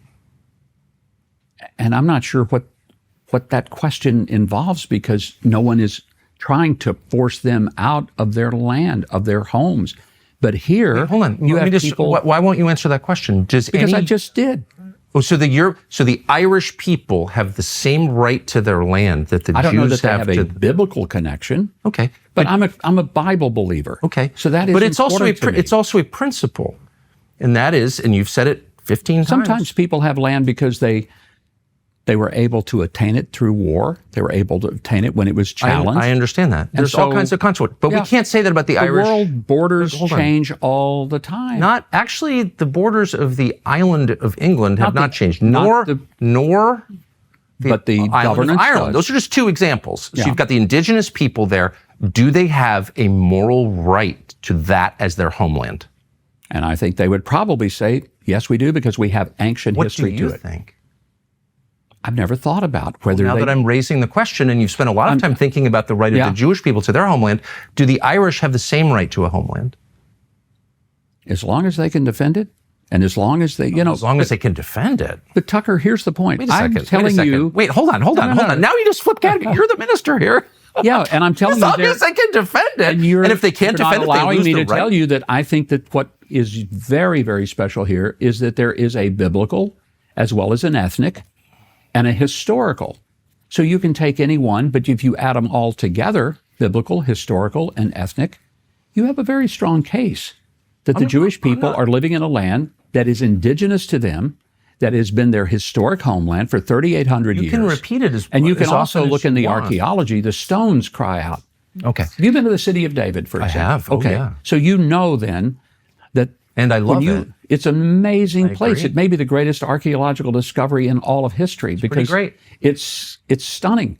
And they still continue to find things that date the Jewish people to this land archaeologically for 3,800 years. We can date the British people to their land much longer, much thousands of years longer. Stonehenge is 3,000 years older than any building built by the descendants of Abram in this country. And so it's fine. Yeah. I'm not trying to invalidate anyone's right. I'm just wanting you to affirm that right, but it makes you uncomfortable and you won't. And I don't know why. Because I've never honestly sat down and asked myself, are the lines around the It's an United island, so we know what the Kingdom- lines are. I'm saying, but are those lines, are those rooted in something other than the historical connection?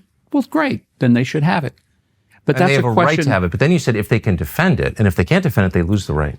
But I didn't say it was exclusive one or the other. I think you're really going off the trail. I just want to know if these principles apply universally or if they only apply to the people of Israel. And my answer appears to be just the people of Israel. They're the only ones with these rights, and I just reject that as a Christian. I didn't say that, but I'm saying we are talking about Israel. We're in Israel. We're talking about Christian Zionism because you've made some disparaging statements about Christian Zionists. You've apologized for them, for which I appreciate. And now we're trying to define Christian and Zionist. And it seems like we've gone way, way off I'm of trying that. to get, as you suggested as a former debater at the outset, I'm trying to get to terms and a common understanding of what the words mean. And the term And I'm Christian, no closer to that than I was when I began. You're not closer to the term Christian, what that means? I think it's someone who follows Jesus. And that's Okay. my next question. All There are right. a lot of Christians in the West Bank, and there were a fair amount of Christians in Gaza, and some of them have been killed. There were 5,000 in Gaza. Yeah. Yeah. And two different churches were hit by the IDF. Christian Hospital was hit 7 times by the IDF. And I don't understand. They were not hit 7 times. There were different, I know. And one of the times it was a rocket that was shot by Hamas, and all the news agencies reported that the IDF shot the rocket. They Did said the IDF ever hit the hospital or the churches? they did. Why? Accidentally, and they apologized for it. And it was very unfortunate. But they also, you got to remember, there were times Hamas often hid caches of arms under hospitals. Were you bothered by the fact that the IDF hit Christians? I'm bothered that anyone got killed in Gaza, but you know why I'm bothered? You're a Christian because minister. here's the and thing. You can't say that the Christians are Islamic extremists. No, but And I can say that I the would expect reason you to that the side with the Christians over the secular government of Israel. But you I don't would seem look to at it even more broadly. I would ask you this. Why was there so much suffering and continues to be suffering in Gaza? It's because Hamas, which could have built a Singapore, built a Haiti. They have a landmass the size of Las Vegas. They built tunnels underneath that are larger than the London Underground, over 500 miles of tunnels. They didn't build it to move people from one hospital to the other, one marketplace to the other, but to hide terrorists, to hide weaponry. And on October the 7th, they went over there and they massacred 1,200 civilians, massacred, mutilated, humiliated them. You're never going to get me to defend Hamas. Sorry. Please don't. I'm not going to. But I'm ever. telling you. And I'm so- appalled by it. How many civilians have been killed by the IDF in Gaza? We don't know. You know What's why your we guess? don't know? What's your guess? Well, the only numbers we have come from this dubious entity called the Gaza Health Ministry. You know who that is? Well, why it's doesn't Hamas. Israel have some kind of count on it? We also know that a lot of the people who were killed were, in fact, warriors. Sadly, How many kids were killed? We don't know. What's your guess? I don't know. I'm sure it was thousands, and it's thousands too many. Of kids were killed. Some of the kids who were killed had been recruited to be in the military. Kids as young as 14 years terror old. Kids. Do you hear yourself? I wonder. I just said that there were kids as young as 14 that were recruited to be Hamas soldiers who were given arms. How do you feel about the kids being killed? I think it's horrible. Oh. You know what I also think is horrible? I think it's horrible that 1,200 people were slaughtered by people across the border, and 252 people were taken hostage. 48 of the 1,200 were Americans. Couldn't agree more. And then when Are all lives equal? When Hamas could have ended this on October the 8th and given all the hostages up, they didn't, leaving no choice. You're never going to get me to defend Hamas. I hope I'm not pro-Hamas. I hope totally not. opposed to slaughtering innocents, whether Hamas does it or whether the government of Israel does it in much larger numbers. And the reason I'm opposed to it is because I'm a Christian and I believe that all souls are created by God. I do not disagree with that wholeheartedly. But I said, how many children have been killed? War is a horrible thing, period. And we don't know. We know that a lot of the numbers were reported by Hamas. But you said you think thousands of children have been killed. Yeah, and a lot of times, you know why they got killed? Because Hamas would gather up the children and put them in the targets. Do you know what Israel does? They send page messages and they send texts to every cell phone in Gaza, and they say, we're going to hit this particular target. They drop leaflets and they announce where they're going to hit. Nobody does that. The U.S. doesn't do that. Israel does that in order to prevent, let me finish this. They do this in order to prevent civilian casualties. What Hamas does, they say, oh, this is the target. And by gunpoint, they push people into those various places. And then when people get killed, they say, look, Israel just slaughtered these people, even though it was Hamas who moved them into harm's way, knowing that it was going to put them in a place of danger and death and destruction. And they do that because they don't care. You say you care about life. I care about life. It's interesting Tucker, that they don't care about life. I'm not saying that Hamas does. You're never going to get me to defend Hamas. I'm good. I'm anti-Hamas. You've said that 3 times, and I believe your dig at the United States is very revealing. Why is it revealing? Because your priorities are very clear. No. Yes, they are. They are. And as an American, permit me a moment of outrage. Because I said many civilians have been killed. Yeah. And you said, right in the middle of your elaborate defense of the IDF's killing of civilians, including children, you said they do a better job than the United States does. That's my country and my government. It's which my I country. consider. What flag am I wearing here? Well, I'm asking, why is it What flag am I wearing? Well, that's, of course, my flag as well. And it's my US flag. It's who I serve. So why the dig at the United States in the middle? It's not a dig at them. No. You've totally misrepresented What did you mean by that? I did not take a dig at the U.S. What I'm saying is... So the IDF is more humane than the U.S. I'm saying... Military. Do you believe that? I'm just saying that Israel takes steps that we don't take and no other country that I'm aware of takes to try to prevent. Because no matter what Israel does, they're going to get accused of genocide. That may be right, and I'm just telling you that they... But then let me ask you on that question. That's such a politically loaded But I resent the idea that you think that I'm not loyal to the U.S. Well, you or that just said, somehow... Look, I'm not saying you're not loyal. I'm merely noting what you just said, which was that the IDF takes greater pains than the U.S., our military does, to spare civilian lives. And I guess my question is, when was the last time the U.S. military killed this many civilians? Do you know? Well, it could have been Nagasaki, Hiroshima. Could have been Iraq, Afghanistan. We don't know the full number. And I think most Christians would say all of those things were atrocities because innocents were killed in large numbers, and we don't believe in that. And so that's not really a defense, is it? War is a horrible thing, Tucker, and there are people who end up, unfortunately, being killed that shouldn't have been. I would tell you that I wish that none of those people in Gaza had been killed after October the 8th. Well, I say not none of them. I'm glad Mohammed Sinwar was killed. I'm glad that some of those warriors, the people who masterminded and carried out the atrocities of October 7th. 14-year-old Hamas operatives, how do you feel about their deaths? If they participated in that, then God help them. I'm telling you, what does Tucker, that mean, God help I don't know that they were 14 years. No, but I'm telling you that when someone commits the acts of atrocity and then they hold hostages. If these were your children being held hostage in Gaza, what would you do to get them out? I wouldn't want to kill 14-year-olds. I'll tell you that. Let me ask you something. Would you do whatever it took to get your kids back if they were being tortured, raped, starved, I would and not beaten? kill children, period. Well, I'm just telling you. And I would never make excuses for killing children either. And I'm not talking about targeting children. I'm talking about. You told me that 14-year-olds deserve to die because they were working for Hamas. I'm telling you. My question is, can you hear yourself? I do hear myself. So do you think a 14-year-old child has agency? Do you think that he deserves to die because he's being used by adults? Isn't his death a crushing tragedy? If he's holding a gun and he's pointing it at someone who's trying to save a hostage, and the only way to save that hostage, I'm telling you, war is a horrible thing. It's a horrible thing. And a lot of innocent people I'm the one who thinks war is a horrible thing. No. I think what you don't I'm trying to explain how horrible it is, and you're saying that the 14-year-old deserved to die.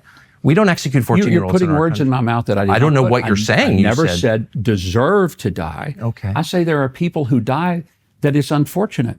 Okay. But I'm saying that you are not giving Israel credit for having done everything they possibly could to a level that, quite frankly, in urban warfare, there has never been a war I mean that to has been criticize documented. Israel, but it's a foreign country, and I would much rather criticize a foreign country than my own. Feel free to do that. They can But handle you it. pivoted against our country No, by I saying didn't Israel's pivot done a against better it. job than our military No, has. I simply gave you the illustration, and I helped you understand that Israel goes to lengths that no other country, including ours, goes to in the middle of an urban war, and yet Israel ended up with fewer civilian deaths in an urban war than any urban war of record. You said you didn't know how many civilian deaths there were, so how can you say that? If you took Gaza's numbers, Hamas's numbers, you said you it would don't know what still the be. numbers are. We don't. You just told me that. Then But how I'm can you saying say if it's a you lower took- number? But if you took the numbers that they reported, which is like 50,000, 24, 25,000 of those were actual warriors.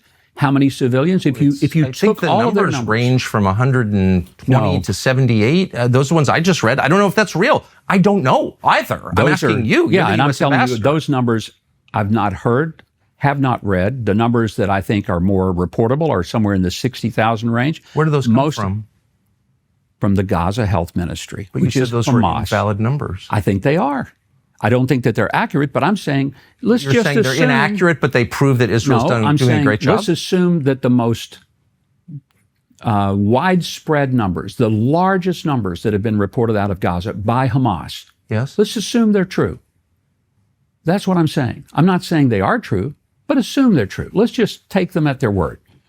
Then you still have a lower number of civilians killed than in any urban warfare environment in modern history. Fact. Is that a fact? Yes. What are you comparing it to? To any urban warfare. Name one. Iraq, Where in Afghanistan? Iraq? Where in Iraq? Where in Afghanistan? There aren't many urban areas in Afghanistan. I don't think there was any fighting in urban areas in Afghanistan. Kabul, I don't know. Were there pitched battles in Kabul over long periods of time? I don't. 20 years In Kabul? I don't think. throughout all of Afghanistan. But what were those rates? You're talking about what are the rates there? You just The number of people who were killed into the tens of thousands. I'm asking you to. I don't know the answer. I've never heard Okay. of any of this. You brought it up. You said the IDF has killed a lower proportion of civilians in urban warfare than in any urban conflict in Yeah. modern history. I'd never heard that before. I don't know what are the controls for that. And you said, well, Would you agree that the the- U.S. military killed more But civilians. would you agree that the real tragedy was that Hamas continued to force this war? Hold on. You just way once beyond. again said that the IDF is more humane than the United States military. You just said that. You said in Iraq and Afghanistan, the U.S. military killed more civilians than the IDF did in Gaza. You just told me that. I never heard that before. And my question is, how do you know that? What are those numbers? And I'm trying to explain to you that there were extraordinary efforts to keep You the don't know number the numbers, of flight. do you? I think they were tens of thousands. I'll get them for you. Well, you brought it up. That's the only reason I'm pushing but I'm wearing a flag. I work for a country, and you pretended or alleged that somehow I'm not loyal to this and that I'm You just criticizing my own said they country, did and a I'm better not. job than the U.S. military in Iraq and Afghanistan. And I said, what are the numbers? And you said, I don't know. So on what basis are you making the claim that the IDF in Gaza spared more civilians than the U.S. Army and Marine Corps did in Afghanistan and Iraq? Why are you saying that? Like, on what basis are you saying that? From the conversations that I've had with the people who fought there. And I don't have the exact numbers for you, but what I'm trying to help you to understand, and I don't think you're willing to go there, is that there was no desire to kill people indiscriminately in Gaza. I don't think there was any desire to kill people indiscriminately in Iraq, Afghanistan, So or for here's that my matter, let me anywhere. just say, I think, and I know a bunch of people who serve in the IDF, and I don't believe your average IDF soldier wants to kill innocents. I just want to good. be really clear about that. I don't think most soldiers want to do that. Yeah. I think a lot of them in our country, in Israel, wind up doing that because that's what war is about, and it really hurts them. And I know people who've done it personally, know them really well, and it like wrecks their lives. So, but I don't think your average soldier wants that in this country or any other. The leadership is a different question, and I want to refer you very specifically to a number of speeches the Prime Minister, your friend Benjamin Netanyahu, gave in the aftermath of October 7th, including one in November of that year, when he referred to Amalek. Now, Amalek is a biblical reference, so of course you'll be very familiar with that. The Amalekites were a tribe described throughout the Bible, particularly in 1 Samuel, that obstructed the Jews as they fled Egypt. And God tells Samuel to give the instructions to Saul to kill the Amalekites. And he says, and I'm sure you remember this is in 1 Samuel 15, of course, I know you know it. He says, kill the men, kill the women, kill the children, kill the infants, kill the donkeys, kill the camels, kill everything. And Saul spares the king and he spares the animals. And for that, he is punished by God. That is genocide. God is calling for genocide of the Amalekites, of Amalek. And the Prime Minister of Israel, at least once, I believe on other occasions, described the Palestinians in Gaza as Amalek. That's calling for genocide. And you know that. I totally disagree. Tell me then what it means. Because to say that Israel was attempting to commit genocide, first of all, that's simply not true. I'm saying, what is the Prime Minister talking about? Why would he refer to the Palestinians as Amalek? What is Amalek? You would have to ask him. I don't know. I know what Amalek is. I do understand 1 Samuel 16. I get all 15. that. 1 Samuel 15. 15. But And I do understand. And it's widely known.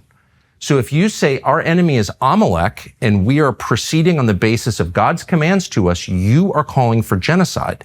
Tell me how I'm missing something. Because if Israel wanted to commit genocide, they could have done it in 2.5 hours. We can debate what's could have happened done in it in Gaza. 2.5 I'm asking hours. you why the leader of this country. Ask him. Well, what do you think? I don't know. Does that bother you at all? People, I don't know what he meant. I don't know if it was an illustrative metaphor. I think what he was saying was that we're not going to let anything keep us from getting our hostages back, their sons and their daughters who are being brutalized, raped, tortured, starved, beaten.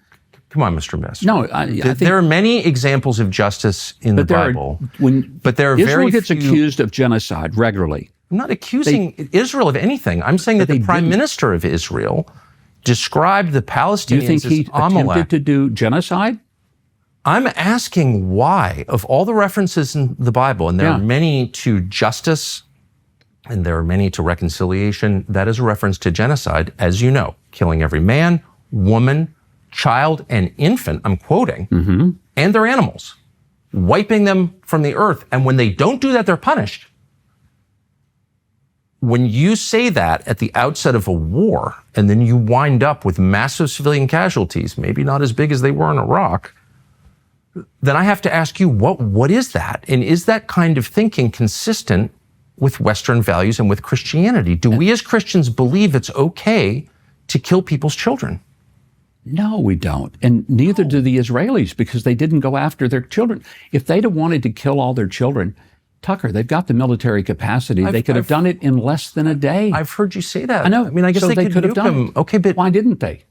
Why didn't they? I think there are a lot of decent people in Israel who don't want that. But I'm talking. Do you think that the prime minister wanted to wipe out every single person in Gaza? Do you I'm really asking think that? you what you think is the U.S. representative of our government. I don't think that that's what he wanted to do. Did you ask him? Why are you I referring? never had to ask him that. Why? Because I never saw any evidence that Israel tried to wipe out every single person.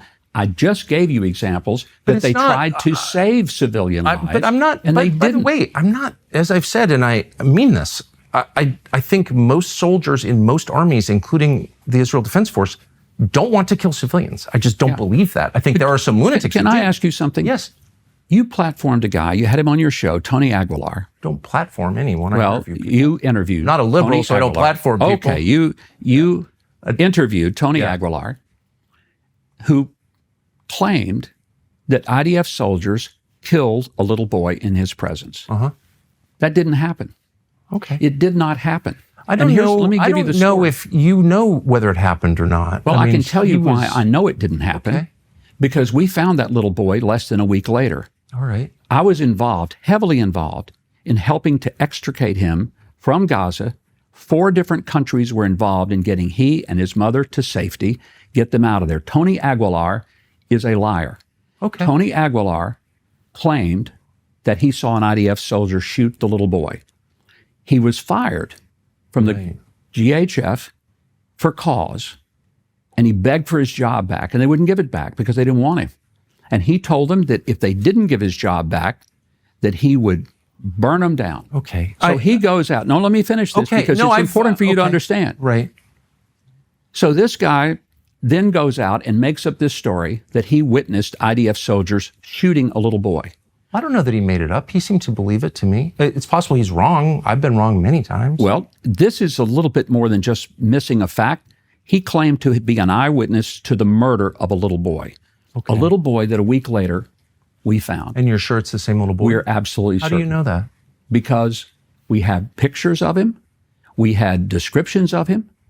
We know his name. We know his mother. Okay. He was extricated out of Gaza. It was a very delicate situation to get him out because if Hamas had found out that he was still alive, they would have killed him in order to validate Aguilar's story. How do you know that? So he gets out. How do you know Hamas would have killed him? Why wouldn't they? Wouldn't they have wanted to kill him? Because that way they could have said that this story was true. That Aguilar. I'm just telling you that what this you're kid saying is true, alive and I have today. no basis of knowing. Yeah. I'm really glad because I don't Good. want little kids to get killed, even 14-year-olds. Okay. You shouldn't want anyone to But get let killed. me ask you: is it true? He also made the claim, and he had audio of it and video too, that U.S. contractors were using live ammunition to disperse crowds, and he had video of that. Do you know did he make up that video? There were times, here's what happened. Crowds would come toward the sites. They were given verbal warnings, and then they were given additional verbal warnings, and shots were fired either in the air, sometimes in the ground. And if they continued to come and threaten, there were times when there were people who were engaged in firefights. That happened. Oh, they were armed. Sometimes they were. They were. Do you know of specific instances where they were armed? I can probably get you some specific information about that. I think I know the answer to that. I don't think Okay. there's any evidence at all that they were But armed. I also know that Are the you new- okay with using live ammunition at aid distribution sites for families, women, and Well, children? very rarely did this happen near. How about aid at all? distribution. Are you okay with that? No. I'll tell you what I'm not seem like okay you're with. okay No.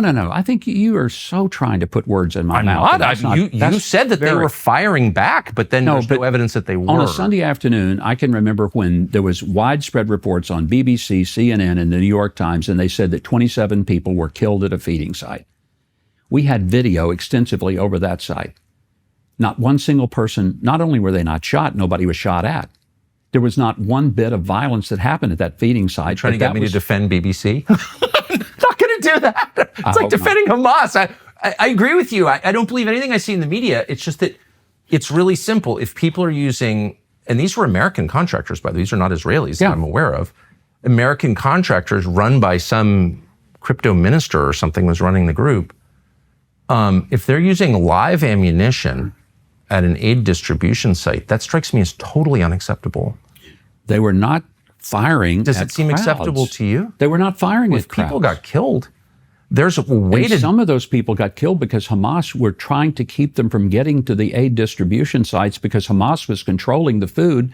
Hamas made $500 million selling the food that was supposed to be given away for Not gonna free. defend Hamas. And what they were trying to do is to keep people from going to the sites where they were getting food for free. When we set GHF up, Hamas The bad, first thing that BBC happened, bad. I know, Agreed. but I'm telling you, the first thing that people said was, wow, this is the first time we've had food that we got for free. Is it 'Cause they okay had to buy shoot it. unarmed people? I just told you it wasn't. That's awful. Yeah. It's awful. Of course it's awful. Are all lives equal, do you think? Of course they are. So the death of a Palestinian is every bit as important and significant as the death of Israel? Why wouldn't it be? Of course it is. I don't know. Of course it is. I- There's no such thing as a human soul that God made that is less valuable than another. I'm pro-life. Me too. So I believe that every life has intrinsic worth and value. There's no such thing as a worthless or a completely disposable life. That's Right. what makes me pro-life, Tucker. I totally agree. And I believe that from the conception until the end of natural life. That's why I would never say when confronted with the death of children, war is terrible, because it minimizes the deaths of those children. It's awful. And I don't we think should- it minimizes. I think it is War is- outrageous. It's a terrible thing. I wish we never had war. Why do we have war? We're about to have one with Iran, it looks like. How many Americans do you think will die in that war? I hope none. None died last year when we participated in the 12-day war. Not one. My You sense said is- 20,000 would die, and they didn't. I said could, and they could have. And, But and they they could die now, and that's a real risk. How many boots on the ground do you think the U.S. has supplied for Israel over the course of its life? How many times have we put soldiers on the ground for Israel? Well, we had the Iraq War, which was for Israel. No, I it think wasn't it's for Israel. How was it for us? Well, because it was a retribution against 9/11. Now, was it the best idea? Was It was Iraq not for- involved in 9/11? Our government thought so. Why are 9/11 documents still classified? I have no idea. Should they be unclassified? I think so. All of them, right? I have no problem with that. Me too. I like transparency. I like sunlight. I do. Too. I hope you'll call for I that. like free press. I like free speech. I totally agree. I like all of that. But if there was no connect, I'm open to anything, but I've never seen any connection between the government of Saddam Hussein, the secular Ba'athist government of Saddam Hussein, and the terror attacks of 9/11. I don't know that there were. I don't know. Right. So I'm not sure, but I don't know how. So that, why that, did we that, Why was spend- that Israel's fault? Well, Benjamin Netanyahu, now prime minister, of course, exerted lots of pressure openly on the U.S. government to regime change the Saddam government. I was there. It was in Washington, and they complied. I don't think there's any way to read it. Do you think Israel leads the U.S. and pushes them and tells them what to do? Well, not on everything, of course. You think- well, what but do I they think, let me push be them on? specific. I Okay. think the Israeli government strongly pushed the United States to take out Saddam Hussein. There's no question about that. I think the Israeli government right now, on Bibi Netanyahu, who's been in the White House 7 times in 1 year, Yeah. pushing for regime change in Iran. I think they're on the verge of convincing this administration to affect regime You think change the in Iran. president is weak and is being pushed? I'm not saying that. I know. No, but- Well, I know the president's being pushed. Why do you think a foreign leader was in the White House 7 times in 1 year? Are you okay with that?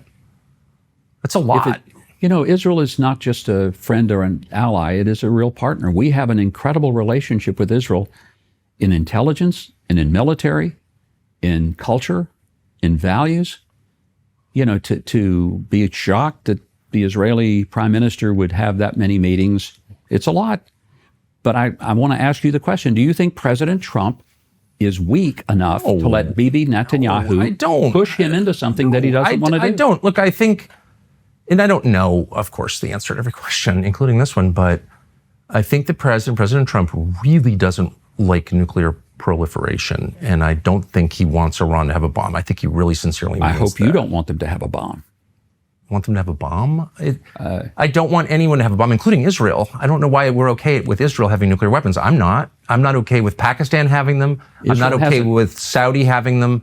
Israel's nuclear weapons were created, of course, with nuclear material stolen from the United States, from a nuclear plant in Pennsylvania, as I know you know. I'm opposed to all of it. I don't like nuclear weapons. It's mass murder, as far as I'm concerned. So no, I don't want Iran to have a bomb, obviously. The question is, what are the potential costs? And you have to factor that into any decision. And And what are the costs if they were to get a nuclear bomb? They've said for 47 years, death to America. well, I don't They think that, target us. I don't think They've Israel's, targeted President Trump specifically. yeah, I mean, they've hired a person not to for Iran. assassinate him. Iran, BBC, and Hamas not defending him. Good.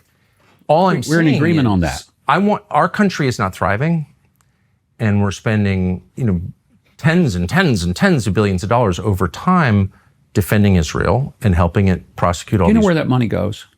Goes to a lot of places. But let's talk about that a minute. $3.8 billion a year. That money goes right back to the U.S. to purchase weapon systems. For example, every round of ammo that the IDF shoots is manufactured just outside where I live in Little Rock, Arkansas. The components, a lot of them for the Iron Dome and the Arrow 3 missile defense systems are manufactured near Camden, Arkansas. Which needs it, by the way. Camden's economically depressed. You know the area. I do. And there are thousands and thousands of American jobs, and there are billions and billions of dollars of expenditures that Israel makes in the U.S. and buys the things that we I turn know how around and sell defense them. contracting works. I'm from Washington. Okay. No, I know this. I guess what I'm saying is America's not thriving at all. And You think it's Israel's fault? I don't think it's Israel's Okay, fault. well, good. No, I because don't. I think I just think that what we're doing isn't working at all. And I don't America's not I think richer. the president is doing some amazing things to get us back on Not track. attacking Trump. Okay. I'm merely saying that over, say, the last 20 years, America's not gotten richer or freer at all. And I come to Israel and the infrastructure, we were flying in, and I said to my buddy, I was like, man, first of all, it looks great. I love the agriculture in Israel because it's beautiful. I love green. I love plants. I remember when it didn't look like that. Yeah. First time I came in 53 years ago, It's great. it did not look like that. Great. Looks a lot nicer than our country. And it has higher standard of living. It has nicer roads than the United States. And so it's like, okay, why are we sending all this money to a country that has a higher standard of living than ours? I don't know that they have a higher standard of living. They do, actually. They have free health care. They also have free abortion. Are you okay with that? I personally don't like that. Why would we be subsidizing? Why would we send any We're money? not. The Why would money we that send we- any money to a country that provides free abortion? Because the money that we send does not pay for health care, it does not pay for abortion, it pays for It's all military fungible. things. It's like if they don't spend it on this, they'll spend it on But that. they do spend it on that, and then we get many more times back in the return on the investment when Why we don't get we the say we're not research and sending you development. any more money as long as you have free abortion? Well, that would be a policy decision. Would you be for that? I would be okay with it because I hate abortion. I think it's horrible. How much do you hate it? I hate it Why a are we lot. sending them money if they're paying for free Because they're not abortion? paying for abortions with the money. And because we, in turn, get billions of dollars. The return on investment is estimated somewhere between 400 and 1,200%. I've heard these numbers. I just live Yeah. there, and I know. And I'm, by the way, I'm for American manufacturing. The defense industry is totally corrupt and seedy, as you know. However, I like to see American companies thrive. Like, it's complicated. I'm not an extremist or an absolutist on really anything other than abortion. However, net, as we say, our country's not really thriving. And we're Why is also that- totally but broke. why is that the case? Is it because we've done a lousy job controlling our borders, a lousy job of controlling It's our lots of economy? things. It's a lot of things. Yeah. But we own that. I think President Trump is doing remarkable things to turn it around. I think- I cannot imagine I'm not any attacking president. Trump. I know, but if you're saying the country is in trouble, let's Saying give we're out of credit- money, actually, let's is give what I'm- credit to what the president is doing to get us out of debt, because I think that what he's doing economically, I'm not supporting is Hamas, astounding. and I'm not attacking Trump. Okay. Just with those baseline agreements. It's also true that, like, our debt is not sustainable. And so given that, like, what do you think it will cost? What did it cost to move the fleet off Iran into the Persian Gulf? A lot less than it would to bury a lot of Americans if they ever got a long-range ballistic missile. A lot less. Yeah, Tucker, I want you to understand that when Iran has told us for 47 years they're going to kill us, do you think they would do it if they had the capacity militarily? What would happen if Iran took out any of the energy facilities in the Gulf, or took out a bunch of them? What would happen to the United States economy, do you think?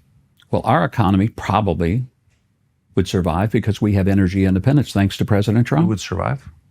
Our economy is What would based happen on our to own energy. markets? What do you think? It would be a terrible thing to happen globally.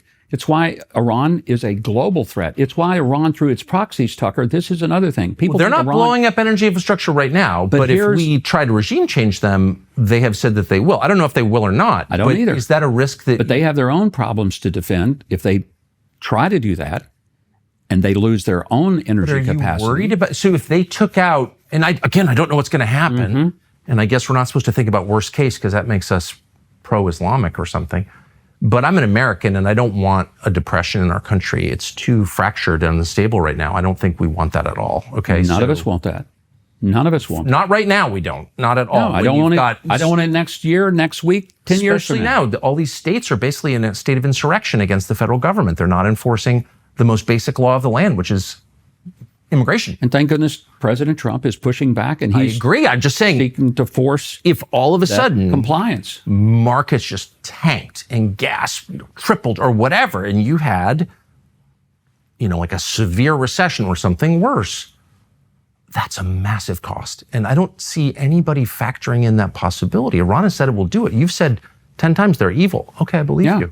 Then why wouldn't they take out the Qatari gas fields they share with Qatar, or refining, petrochemicals, extraction in any of the Gulf countries? That would cripple us. Are you worried about that? Energy-wise, again, we have independence because President Trump put measures in place that gave us the capacity. Do we set international energy prices in the United States?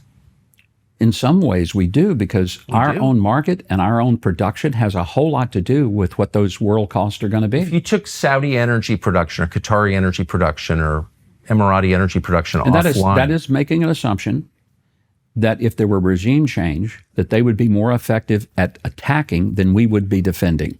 And that's a pretty Can we defend the Straits of Hormuz? Can we defend all of that energy infrastructure? Is anyone even asking these questions, or it's all like a Mark Levin episode where they're bad? They are certainly asking the questions. That's part of the whole process. Just saying, I've raised this before, and it's like, shut up, Carlson. You're taking money from the jihadis. I've never taken a dime from anybody, obviously. I just care about the United States, and it freaks me out, and no one else seems worried about this. Then caring about the U.S., you should care about the fact that the proxies of Iran have moved globally. 12 Central and South American countries have Hezbollah deeply embedded. Venezuela, one of the worst. They're in the Western Hemisphere already. Do we know how many? Where would you rank that on the list of concerns for the average American, Hezbollah in South America? I doubt most Americans think about it. I think about it because I know what they do. I know that if it weren't for Iran, there wouldn't be Hamas, there wouldn't be the Houthis, there wouldn't be Hezbollah. We wouldn't have the problem on the border with Lebanon. We wouldn't have the problem with Yemen. We wouldn't have the problem on the border with Lebanon. I'm an American. I'm not having any problems on the border with Lebanon right now. I live in Maine. We don't have problems on the border of Lebanon. Like, what are you even talking about? No offense. There's 700,000 Americans who live in Israel, for one thing. Does that matter to you? Well, of course, every American life matters to me. Every life, you say, matters the same, so that should matter. When they start, my country, I'm just saying, shelling civilians and civilians get killed and displaced, that should matter to all of us. But I mean, there's a genocide going on, in all kinds of different countries. There's a lot that's sad and broken about the world. We know that as Christians, Satan rules the world. Mm-hmm. But our job as members of a nation state is to look after our community, 100%. Our families, right? So I don't think any of the concerns that you've just raised, which I think are all real, I'm not disputing them at all, are even in the top 100 for Americans. So how can the U.S. government be spending this much time and money worrying about things that are not on the list of Americans' concerns? Do we have self-government? Does it matter what Americans actually think, or doesn't it? Of course it does, but it also matters. How much does it matter? What the threat is to Americans. Do you think there's a threat to Americans because of the proliferation of the proxies in Iran? Conceivably there is. I'm not pro-Iran. But beyond conceivably, do you think that they mean it when they say for 47 drug cartels in my town, and no one's doing anything about it at all? And I'm hearing a lot about doing anything about that? No one's doing anything about it at all. Okay, that's a fact. We have a huge country. This is a country the size of New Jersey with no resources. It's just a tiny little country. Mm-hmm. We're from a huge continental-sized country that's totally diverse, very, very hard to manage and police, and we have a lot of problems. And I just think if you ask Americans, what do they want to spend their time and money worrying about, fixing, improving? No one's going to mention the border with Lebanon that I know. Do you think? I doubt they will.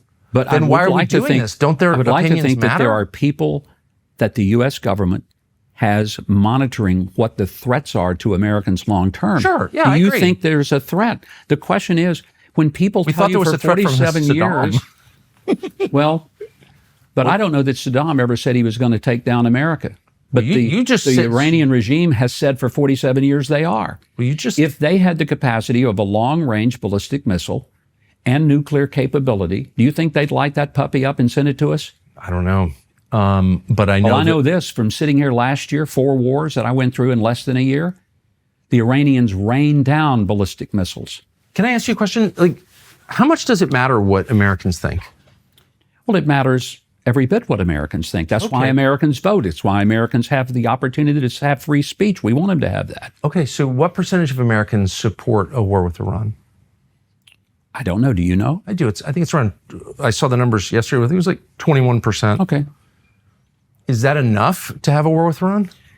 We don't live in a world where you have a poll taken to find out whether our policy should be a particular direction. Because I thought you just said that that's we direct vote. democracy. No, we care deeply about it. But on the other hand, do we make the decisions of foreign policy and even domestic policy based on We what care the latest deeply about poll it in number what is? sense? If we're ignoring it, then in what sense do we, quote, care deeply about it? Well, I think we care deeply when we see there's a threat. No, but about Americans' opinions. So you've got 350 million Americans. They vote. They voted in this last election on the basis, in part, of the promise no more wars. Okay, so now we're about to have a war. It looks like 80% of people are against it. In that range, let's say 70%, but nowhere near majority support for this war. And it's not direct democracy, but it is a form of democracy. It's representative democracy. The ultimate form of democracy in our system, in a republic, because we're not a true democracy, we're a republic. Exactly, right? It's a mediated democracy. It'll be an opportunity for Americans to vote if they think that we've made the wrong policy decisions. I personally think the president is making the right policy decisions. But I guess, but you just said it matters deeply what Americans think. And if the overwhelming does majority are against it, in what sense does it matter? Because what I hear is it matters what they think, but it really doesn't matter what they think because... No, you take it in, you certainly ingest that. And then what do but you do with ultimately- it once you ingest it? Then you make sure that you have... No, You just gotta... if you it goes have- out the other end, obviously. No, it doesn't. No, it doesn't, Tucker. But you also have information that the average American may not have. What They is may that not know what the threat is. How many Americans know that Hezbollah is in 12 Western Hemisphere countries? How many Americans care? Well, I would hope they would all care. How many Americans know No, not so how much. many Not so people much. from Iran, from terrorist cells, have come across Joe Biden's open border? How many Americans Well, I care definitely about that? care about that. Okay, you Why care haven't about they it, been rounded up? but they're trying. But you got all these blue state mayors and governors making it very it. I difficult. get it. But thank God President Trump is trying to get it done. Look, I'm totally all for that completely. Okay. I guess what I'm saying is that most Americans, I've never met an American who thinks, other than like the people who have ideological reasons to pretend they think it, that the imminent threat to America is anything having to do with Iran. The imminent threats to America include like bankruptcy from too much debt, your son ODing on fentanyl, Yeah. your neighborhood completely changing because unlike Israel, Americans don't have a right to their country. It can just be completely changed by their legislature. New people can show up from foreign countries and not speak your language, and there's nothing you can do about it because you don't have a right because you're not Bibi. Can you feel the resentment? Because it's real. I'm not against Israel. I'm against the total You destruction. hide that very well. I'm mad at my lawmakers for not protecting my country with the care they've protected Israel. I don't think that your country, my country, our country, has spent that much time protecting Israel. I asked you a little bit ago. They spent no time protecting I my asked you- country. No, I ask you, well, actually they do. How? They are the tip of the spear. Every enemy they have is our Protecting enemy. Our country? Things that are targeted toward us often go through them. How do we have 60 million illegal aliens if they protected my country? Well, that we didn't protect our country because we had a president that opened up the borders and didn't give a This has rip. been that going on needed since people Reagan. coming in. Since Reagan, 1986. Yeah, but that's 40 give years President this year. Trump the credit for having it- closed the border. I love the fact, I campaigned for Trump because he said he would close the border. He did. Amen. Thank you, Trump. But we had Reagan. Then we had Bush. Then we had Clinton. Then we had Bush again. Ugh. Then we had that guy, Obama. And then, you know the presidents. Yeah. And they all presided over my country's total transformation from a nice, clean, affluent, orderly society into like pretty kind of third world, actually. That's not protecting us. That's behaving with total contempt for my country. You said a moment ago that we do more, or you inferred that we do more for Israel than we do for ourselves. Do you believe that? No, I don't. I didn't say we do more for Israel. It's like, but where's the care? Where's the concern? Where's the, holy smokes, there are drug cartels in your neighborhood? You're telling me about the border with Lebanon and like Hezbollah or Hezbollah, whatever you call it, in some Latin American country? I don't care. There are drug cartels in my neighborhood. I know people who've died of fentanyl ODs. Where'd the fentanyl come from? Probably from Came China. from Mexico. From China through Yeah, Mexico. the precursor chemicals, they say, come from China. I get it. And who's in that axis with China? Iran. Larry Fink is in that axis with, no, actually, the heads of our biggest corporations are in that axis with China. I don't care about Iran at all. I care about America. And if blowing up Iran makes my country richer and safer, I'm for it. And if it doesn't, I'm totally opposed. It's that simple. I think most Americans feel that way, no? I asked you a question a little bit ago you never got back to, because I think it's an important one. Because one of the things that I sense a tension with you, you feel like that we do too much for Israel, we're getting nothing from it. And I ask you how many... No, I don't think we're getting nothing How many from it. boots on the ground has the U.S. placed on behalf of Israel? However many went to Iraq. We did that for Israel. No, I don't think we did. But you said we did it because of 9/11? That was the U.S. justification for it. But it wasn't for wasn't that- 9/11. So what was the actual reason? Well, that's... The U.S. government told us it was for 9/11. They told us that they were part of it, that they had weapons of mass destruction. They knew they had Remember all nothing to that? do with 9/11, obviously. Maybe There's no not. evidence. But I'm so telling what you was the that actual Israel was reason? not in that component. But Israel here's- had no influence on our decision to invade Iraq. That's not what the people who made the decision say. They say Israel Well, let me get back to the point. gave us that information about the fake weapons of mass destruction. Where do you think that came question from? was, It came from Bibi. How many Americans put their boots on the ground for Israel? The answer is zero. Everybody who served in Zero. Iraq That's put not their true. boots on the No, ground they for didn't. Israel. Did not. Where did we get the information about the weapons of mass destruction that wasn't real? We didn't get that from... You're saying we got that from Israel? That Israel was one pushed us into that? Well, absolutely. You really believe that? I know that for a fact. For And a so does fact. every... Yes, this has been widely written about and discussed. And I'm not attacking Israel. Like, they thought it was in their interest to take out a government that was paying the families of suicide bombers. I get it. I'm not mad at Israel about that.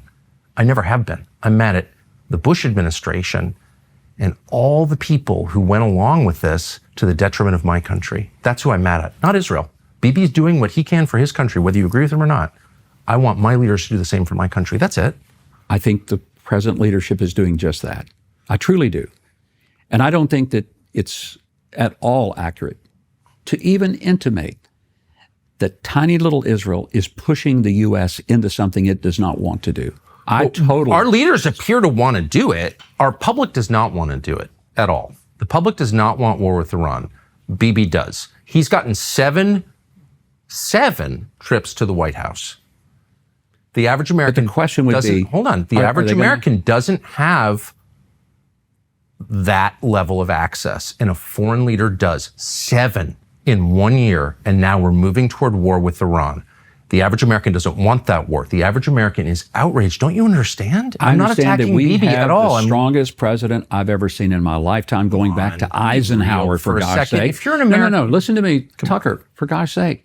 not attacking Trump. If I you're- like Trump. I know, but you're making it sound like that he is being pulled into something that he really doesn't want to do, or pulled into something because he's persuaded. I'm I've neither been in the saying that meetings. nor I implying was in it. the meeting last week. I was in the meetings last summer.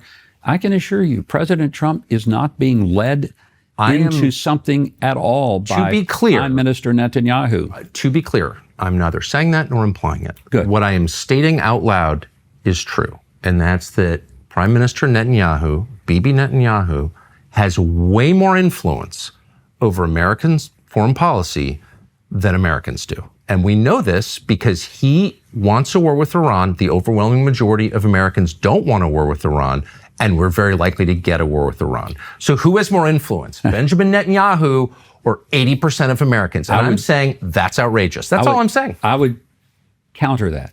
Bibi Netanyahu does not want a war with Iran. To say that he wants a war, you know who's going to be at the very front of that? His people.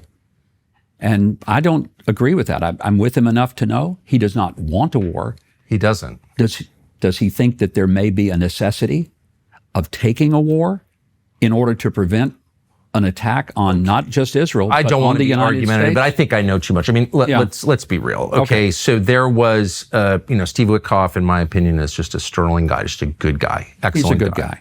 That's my view. Yeah. And kind of pro-American and just couldn't be nicer and wants to do the right thing. And he's probably Trump's best friend. He and maybe Jared too are involved in a negotiation with Hamas. Mm-hmm. Or you mean with Iran? With Iran. Yeah. I'm so sorry. Okay. And the Israeli government short circuits it by hitting Iran. So like What do you mean they short-circuited by hitting Iran? they did everything they could to shut down the negotiations between the United States, the Trump administration, and Iran. And look, they're acting again in their own interest. But our country should also act in its own interest. That's all I'm saying. And so don't tell me that Bibi doesn't want a war with Iran. He doesn't. If Jared Kushner and Steve Witkoff could be successful in getting the president's demands, and keep in mind, these are the president's demands. What are those demands? No enrichment, no nuclear weapon, quit killing your own people in the streets by the tens of thousands. You and I both agree that it's a horrible thing to kill your own citizens, which Iran is doing. It's a horrible thing to kill anybody's citizens. Anybody's citizens. We agree on that. Except that they're 14-year-olds working for Hamas, but No, whatever. It's still a tragedy. No, it is. Sorry, I'm being a jerk. You, Okay. you really are being a jerk. I am. on I that. know. I You know. are I know. being I know. a jerk on that. I am such a jerk. I'm going to write down. You're right. Tucker You're right. Carlson I know. admitted. I know. He's a jerk. Oh, I am Okay. a jerk. Everyone All knows right. that. I mean, I'm really trying. Okay. Okay. No, but I agree with you 100%. Of course, it's a tragedy. If that could be done, and I pray it can. Yes. And you know why? Number one, because it would be wonderful for everybody. Number two, if there is a war, you're going to be 6,000 miles from it. You know where I'm going to be? In the bullseye. Do I want there to be a war? No. Do Israelis want there to be a war? No. How many? I keep hearing Israel's fighting a 7-front war right now. What are those 7 fronts? Well, you got Lebanon. You have Egypt. Now, Egypt is not an active war, but you have the Muslim Brotherhood within Egypt. You've got the Muslim Brotherhood in Jordan. You've got Syria Wait, they're fighting a war with Jordan? with the Muslim Brotherhood that is in Jordan, not directly with Jordan, not the government of Jordan. But are they You've got Hezbollah. You've got in Lebanon, Houthis. in Yemen? You have Hamas in Gaza. You have the threats that come from Iran. And how many is that? That's 7. That's 7. Okay. I'd give you an 8th one. You know the 8th one? The media. No, I would tell you there's an 8th front war. They fight. How many journalists has Israel killed in Gaza? I don't know. Over 200. That seems like Now, a are lot. they real journalists? Because a lot of those people that were supposedly journalists were actually Hamas fighters that are documented Hamas fighters. So that's why I ask you, how many are actual journalists? You know, I don't know, but a lot of them were. I mean, they worked for big news organizations and they had press written on their chest. Yeah, some of them had UNRWA cars, and they were also working for Hamas. So are Hamas you is concerned? So do you think that over 200 journalists killed in Gaza are all fake journalists who deserve to be I have killed? no idea how many the total number is. I don't have their credentials, but I know that there were quite a few that were actually Hamas fighters that protected Hamas.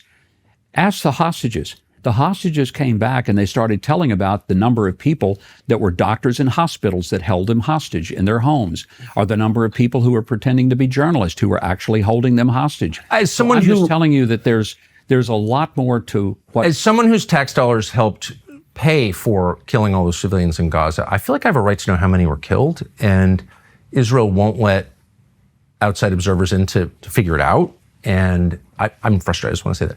My last question is about Christians, both Christians who visit and Christians who live here, particularly in the West Bank. I spoke to someone recently, a Christian minister who grew up in a town right outside Bethlehem. We would know it as Shepherd's Field in the New Testament, where the shepherds were tending their flocks in Matthew. And of course, the angels come and announce the arrival of Jesus in nearby Bethlehem. His family's been Christian, he says, for 2,000 years.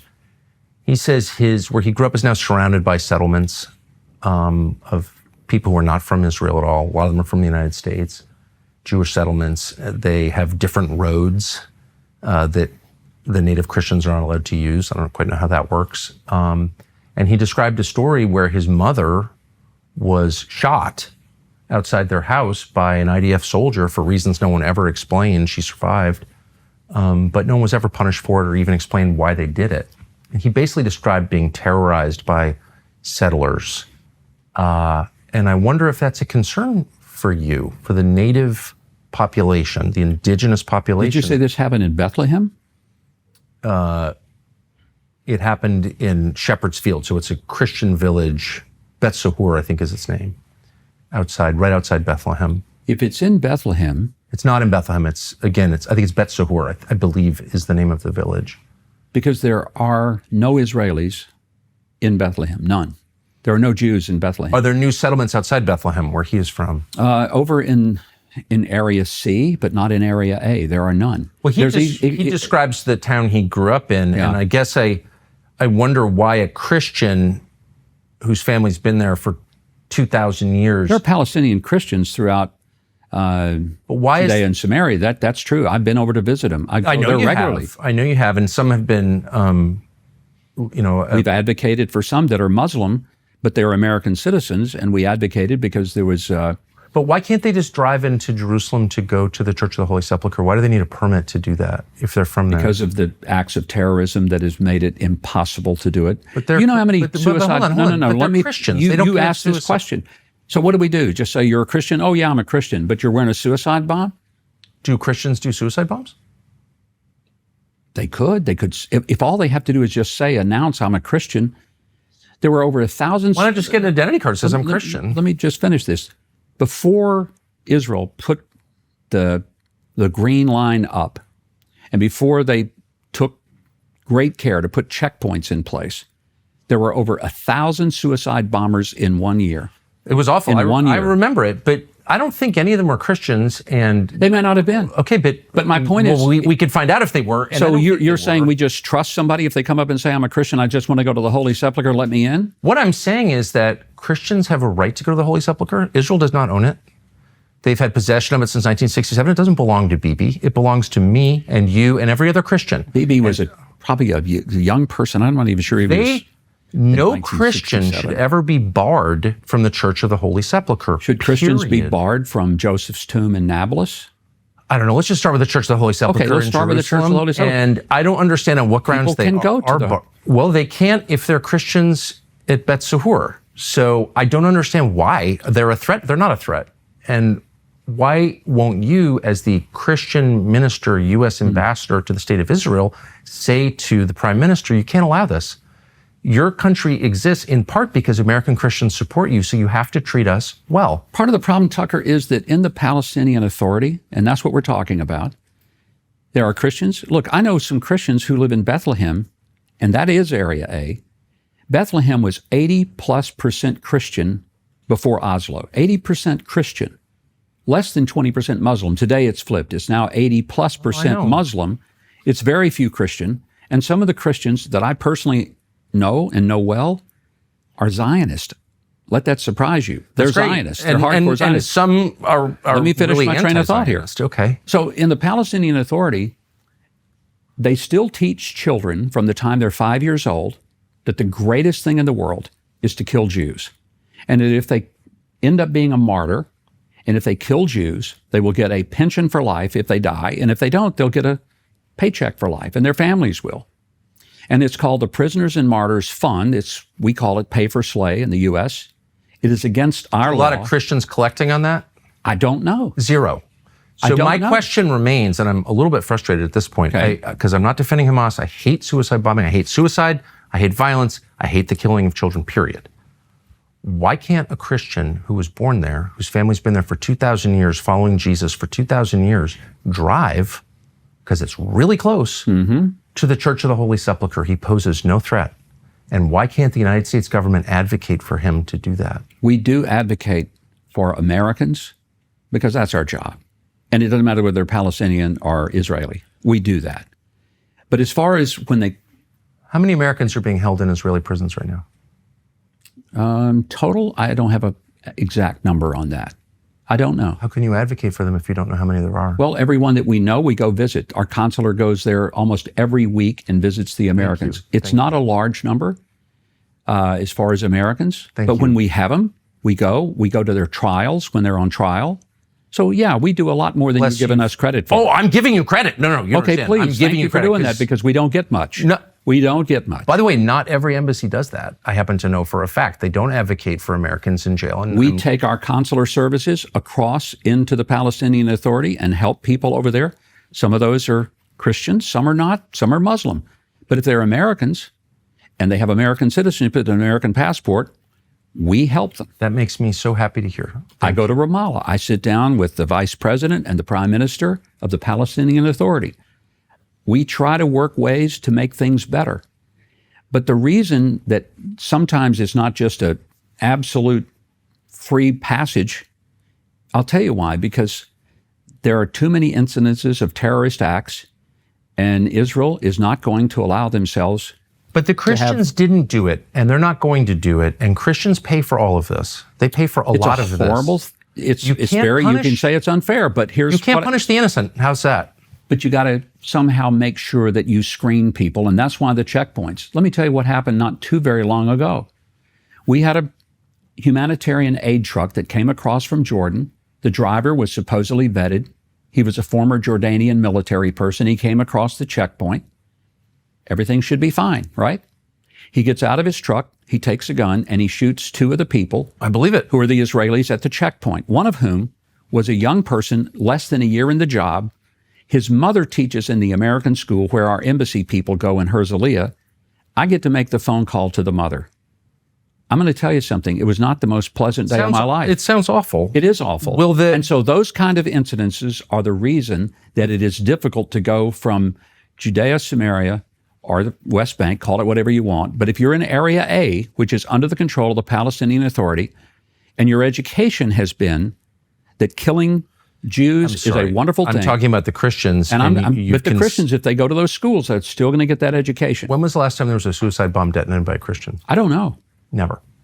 Let me ask you this. Look, I'm not trying to defend, but I'm saying to you that if the curriculum doesn't get changed, if the pay for slay doesn't get changed, that doesn't apply. You have a culture. Well, you say it doesn't apply. Maybe it never has happened. I don't know whether it has ever happened. When will Palestinians in the West Bank have the same rights as Israelis in the West Bank? Are you talking about the ones that live in the Palestinian Authority? I'm talking about people who live in the villages they grew up in.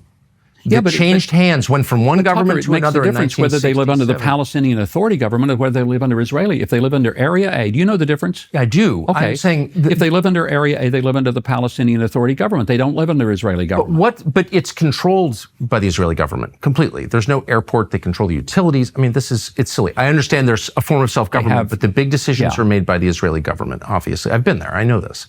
And you know it too. So how long does this go on? You say that God gave the nation of Israel the right to this land. Why not just take it, declare it Israel, and make everyone a citizen? I don't understand why that's not happening. Well, you know what? There are people who think that would be a much better what future. Do you think?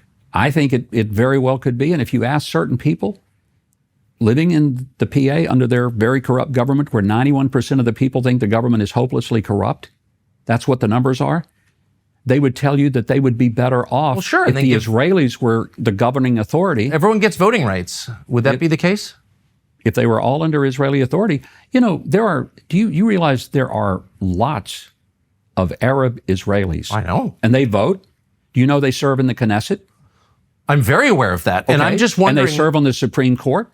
And did you know that it was an Arab who sentenced a former president and prime minister to prison? I know all this. So I just want to know what's going to happen. Do you know how many Jews get to help govern Saudi Arabia or Qatar or Syria? I'm not. But my point I'm not attacking Jews. This is a much more open government and society, and you make it sound like that the Israelis. I don't make it sound that way. I'm just asking. No, I'm not attacking the nation of Israel. I'm just wondering what the plan is. So I've been hearing my whole life how bad the PA is. Okay, great. But what's the plan here? So they're moving all these Americans, people from around the world, into settlements subsidized by Americans in the West Bank. No, they're not moving them from around the world to the settlements. They're people who make Aliyah. They come. I'm just saying. These are Israelis who live in Israel. Well, there are a lot of people. And Area C is Israel. Okay. Okay. But does it remain a territory under military control forever? Does it just become part of the state? You're talking about the Palestinian Authority? Correct. That's the big question. Do you believe in the two-state solution? And if you do, I would show you a map, and I would ask you, because this is... I don't know. I don't know what I think. I just think right. you need to treat people like human beings, and that's not happening, obviously. And that would be, you don't glorify their killing. Yeah, let them go to their church if they want. See the yellow parts? Yeah. That's Palestinian Authority.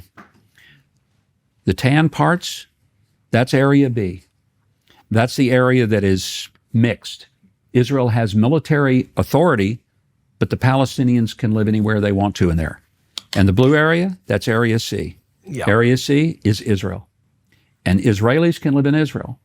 That's what it is. Now, when people say they want a two-state solution, I love to show them a map like this. And I ask them, where does that state line up? There is no contiguous way in which it works. We've got a lot of states in the United States that need help, so I'm not going to weigh in on other people's states, to be totally honest. I just don't want to pay for it anymore and just want to fix our own country. But let me ask you one last question, which is how Christians are treated in Jerusalem. I've talked to so many who've been spit on. Really? So many? How many? 2 yesterday. 2, okay. Yeah, both Catholic clergy, and both told me the same thing. Anglican clergy, I interviewed. I just had dinner recently with a Greek patriarch. Well, there have been a million stories about this. Yeah, I know. There are instances where Christians get heckled. Usually it's people who are wearing clerical robes and they're wearing crosses, and it shouldn't happen. It's horrible. It's as bad for that to happen as it is to spit on somebody wearing a kippah in New York City. I agree. Terrible. It's horrible. And actually, to be fair, there is, and I just learned this, a Jewish Israeli group that keeps track of Christians being spit on in Jerusalem because they're offended by it. And God bless them for keeping track and for being offended by it. But there are an awful lot of examples of that. And my question to you, you're against it, of course. You're a Christian clergy. Horribly against it. What is but that? So is the prime minister, the president, the foreign minister. So is... I get it. I think every no one would defend decent that. thinking person. But what horrible. is it? Why are they spitting on Christians? It's very limited. It's very, very isolated. But where does it come from? But for the most part, you know what? As Christians, we have freedom of movement here. Tucker, I go to church every Sunday. I play bass guitar in my church band. I get it. I don't get hassled being a Christian. Everyone here knows I'm the first evangelical to be ambassador to Israel. Do you think they hate me here? No. Are evangelicals recognized by the state of Israel? Yeah. They are? Yeah. Okay. And welcomed and appreciated. No, but like as a religious, like, are there evangelical churches in Israel? My gosh, yes. There's 184,000 Christians in Israel. I know. And much larger than... But there are churches that are non-denominational evangelical here. Of course. There are, and it ranges from, when you say non-denominational, some of them are affiliated Baptist Assembly of God. Some of them are truly non-denominational, Pentecostal. Some are Messianic churches. Right. Where most of the people are ethnically Jewish, but they are Messianic. Yes. They believe in Jesus. There are a lot of those churches, and they're spread out all over Israel. So, but there's freedom. You don't. Oh, I know a lot of Christians in Israel, by the way. Yes, and as I said, I really hope I can come back and talk to more. But and come to church with me. Oh, I definitely would love that. Why? And I mean it too. Yeah. Why would people spit on? Like, where does that come from? I think it's from an evil heart. Yeah. What else would it be? I agree. I mean, I don't think anybody would ever spit on another person, even if it was, I don't care what a person's religion is or what a person's nationality is. I don't hate anybody. I wouldn't spit on anybody. I wouldn't heckle anyone. And I find it repulsive. Nothing about it is defensible. I will say that this was off camera, but I interviewed this Christian leader here, and I said, "Oh, that's so awful." And he goes, "I feel blessed because Jesus was spit on. And it's an opportunity for humility for me." And I thought, wow, that's a Christian. Let me tell you this. I've been coming in and out of Jerusalem and Israel for soon to be 53 years. Before I came as ambassador, I made over 100 trips here. I've never been spat on. Good. I've never had someone yell at me. I've never had an experience where I felt uncomfortable or that I was unwelcome. If you spit on someone wearing a yarmulke in New York City, you go right to jail. They would not put up with that for 1 second. And they do put up with it here because it still happens. I'm not sure they do go to jail in New York City. They should. And they should go to jail here. I'm against it. They should go to jail here. Amen. So there were all these Christian ministers who were brought over here, evangelicals, in December, and I think mostly to attack me, but also probably they had other. Oh, they really weren't here to attack you. I'm just joking. They were attacking me, but whatever. Yeah. But they were flown over by the state. The state paid for it, and they had a conference here. I got one of the guides that they received when they arrived, and I think it's real. And it says, "Don't preach about Jesus when you're in Israel. We don't allow that. Don't do that." Really? Yeah. Why would a Christian minister agree not to preach about Jesus? I'm not sure, because I've never heard someone tell another Christian minister not to do that. Interesting. Good. Well, Yeah. I mean, totally baffled. What would be the purpose of going to church as a Christian if you didn't talk about Jesus Couldn't here? agree more. Thank you. I can assure you that the church I attend, we talk about Jesus. I mean, we pray in the name of Jesus. No, So no. I don't get it. To anyone else outside the church, are you allowed? Like, could I stand in the corner and just tell people about Jesus here? You could. I'm not saying you'd get applause or that people would. Right. That's fine. But I'm saying there are people that There's no that I law see, against that, though.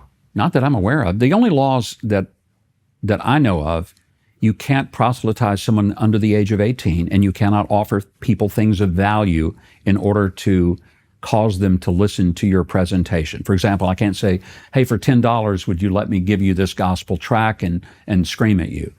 Can't do that. Right. I don't know if it's enforced. I'm not sure. I don't ever hear anyone arrested for it. But there's no law against just like preaching to Walk people. down to the old city. You'll hear people, out there preaching on the street. Good. Now, are they effective? I don't know. I'm not sure that people are stopping and falling on their knees and saying, "Oh, this is what I've been waiting for." I don't know. But what I'm telling you is that the idea that you can't say it, I know that there are places in the rest of this region where you can't do that. For sure. Yeah. Qatar, you can't wear a cross in public. For sure. You can't pray in public. I've seen a lot prayer. of people wearing crosses in Qatar, but In I Qatar? don't know. I have, Publicly? but I don't know what the laws are. Yeah. In Saudi Arabia? Don't think so. I doubt it. The one place is an exception is the Emiratis, and I love those folks because they are so progressive, and they're doing so many things to change the template of things. They have a Abraham house that is a combination synagogue, church, and mosque. That's pretty amazing, isn't it? That they have the same building and they use it for all three of the major religions of the world. And I think that's incredible. But they're really trying to do things that are beyond what anyone else in the region. They changed their textbooks. They teach that Israel is not a nation they should hate or seek to annihilate. They've done some remarkable things. Have you So been following all this stuff I agree with that. They have a Hindu temple in Abu Dhabi. You've been following all this like hate the Muslim stuff going on in the United States on the right? I hear some of it, and it's unpleasant. We shouldn't hate anybody. Amen. Yeah, it's not a good thing. Hate is an evil thing. Yeah. I don't, sometimes you say, "I don't support child killing." Okay, I don't either, but I don't support hate in any form. I think it's a horrible thing. That is such a great standard, and I want to hold myself to that. And thank you for saying that out loud. I don't hate you. I hope not. Governor, Ambassador, thank you very much for spending all this time. I Thank appreciate you. it. I'm glad you came. Oh. Please come back. I will Go come with me to some places and to church. I want you to see that as Christians, we're pretty free here, Amen. appreciated Thank you. and welcome.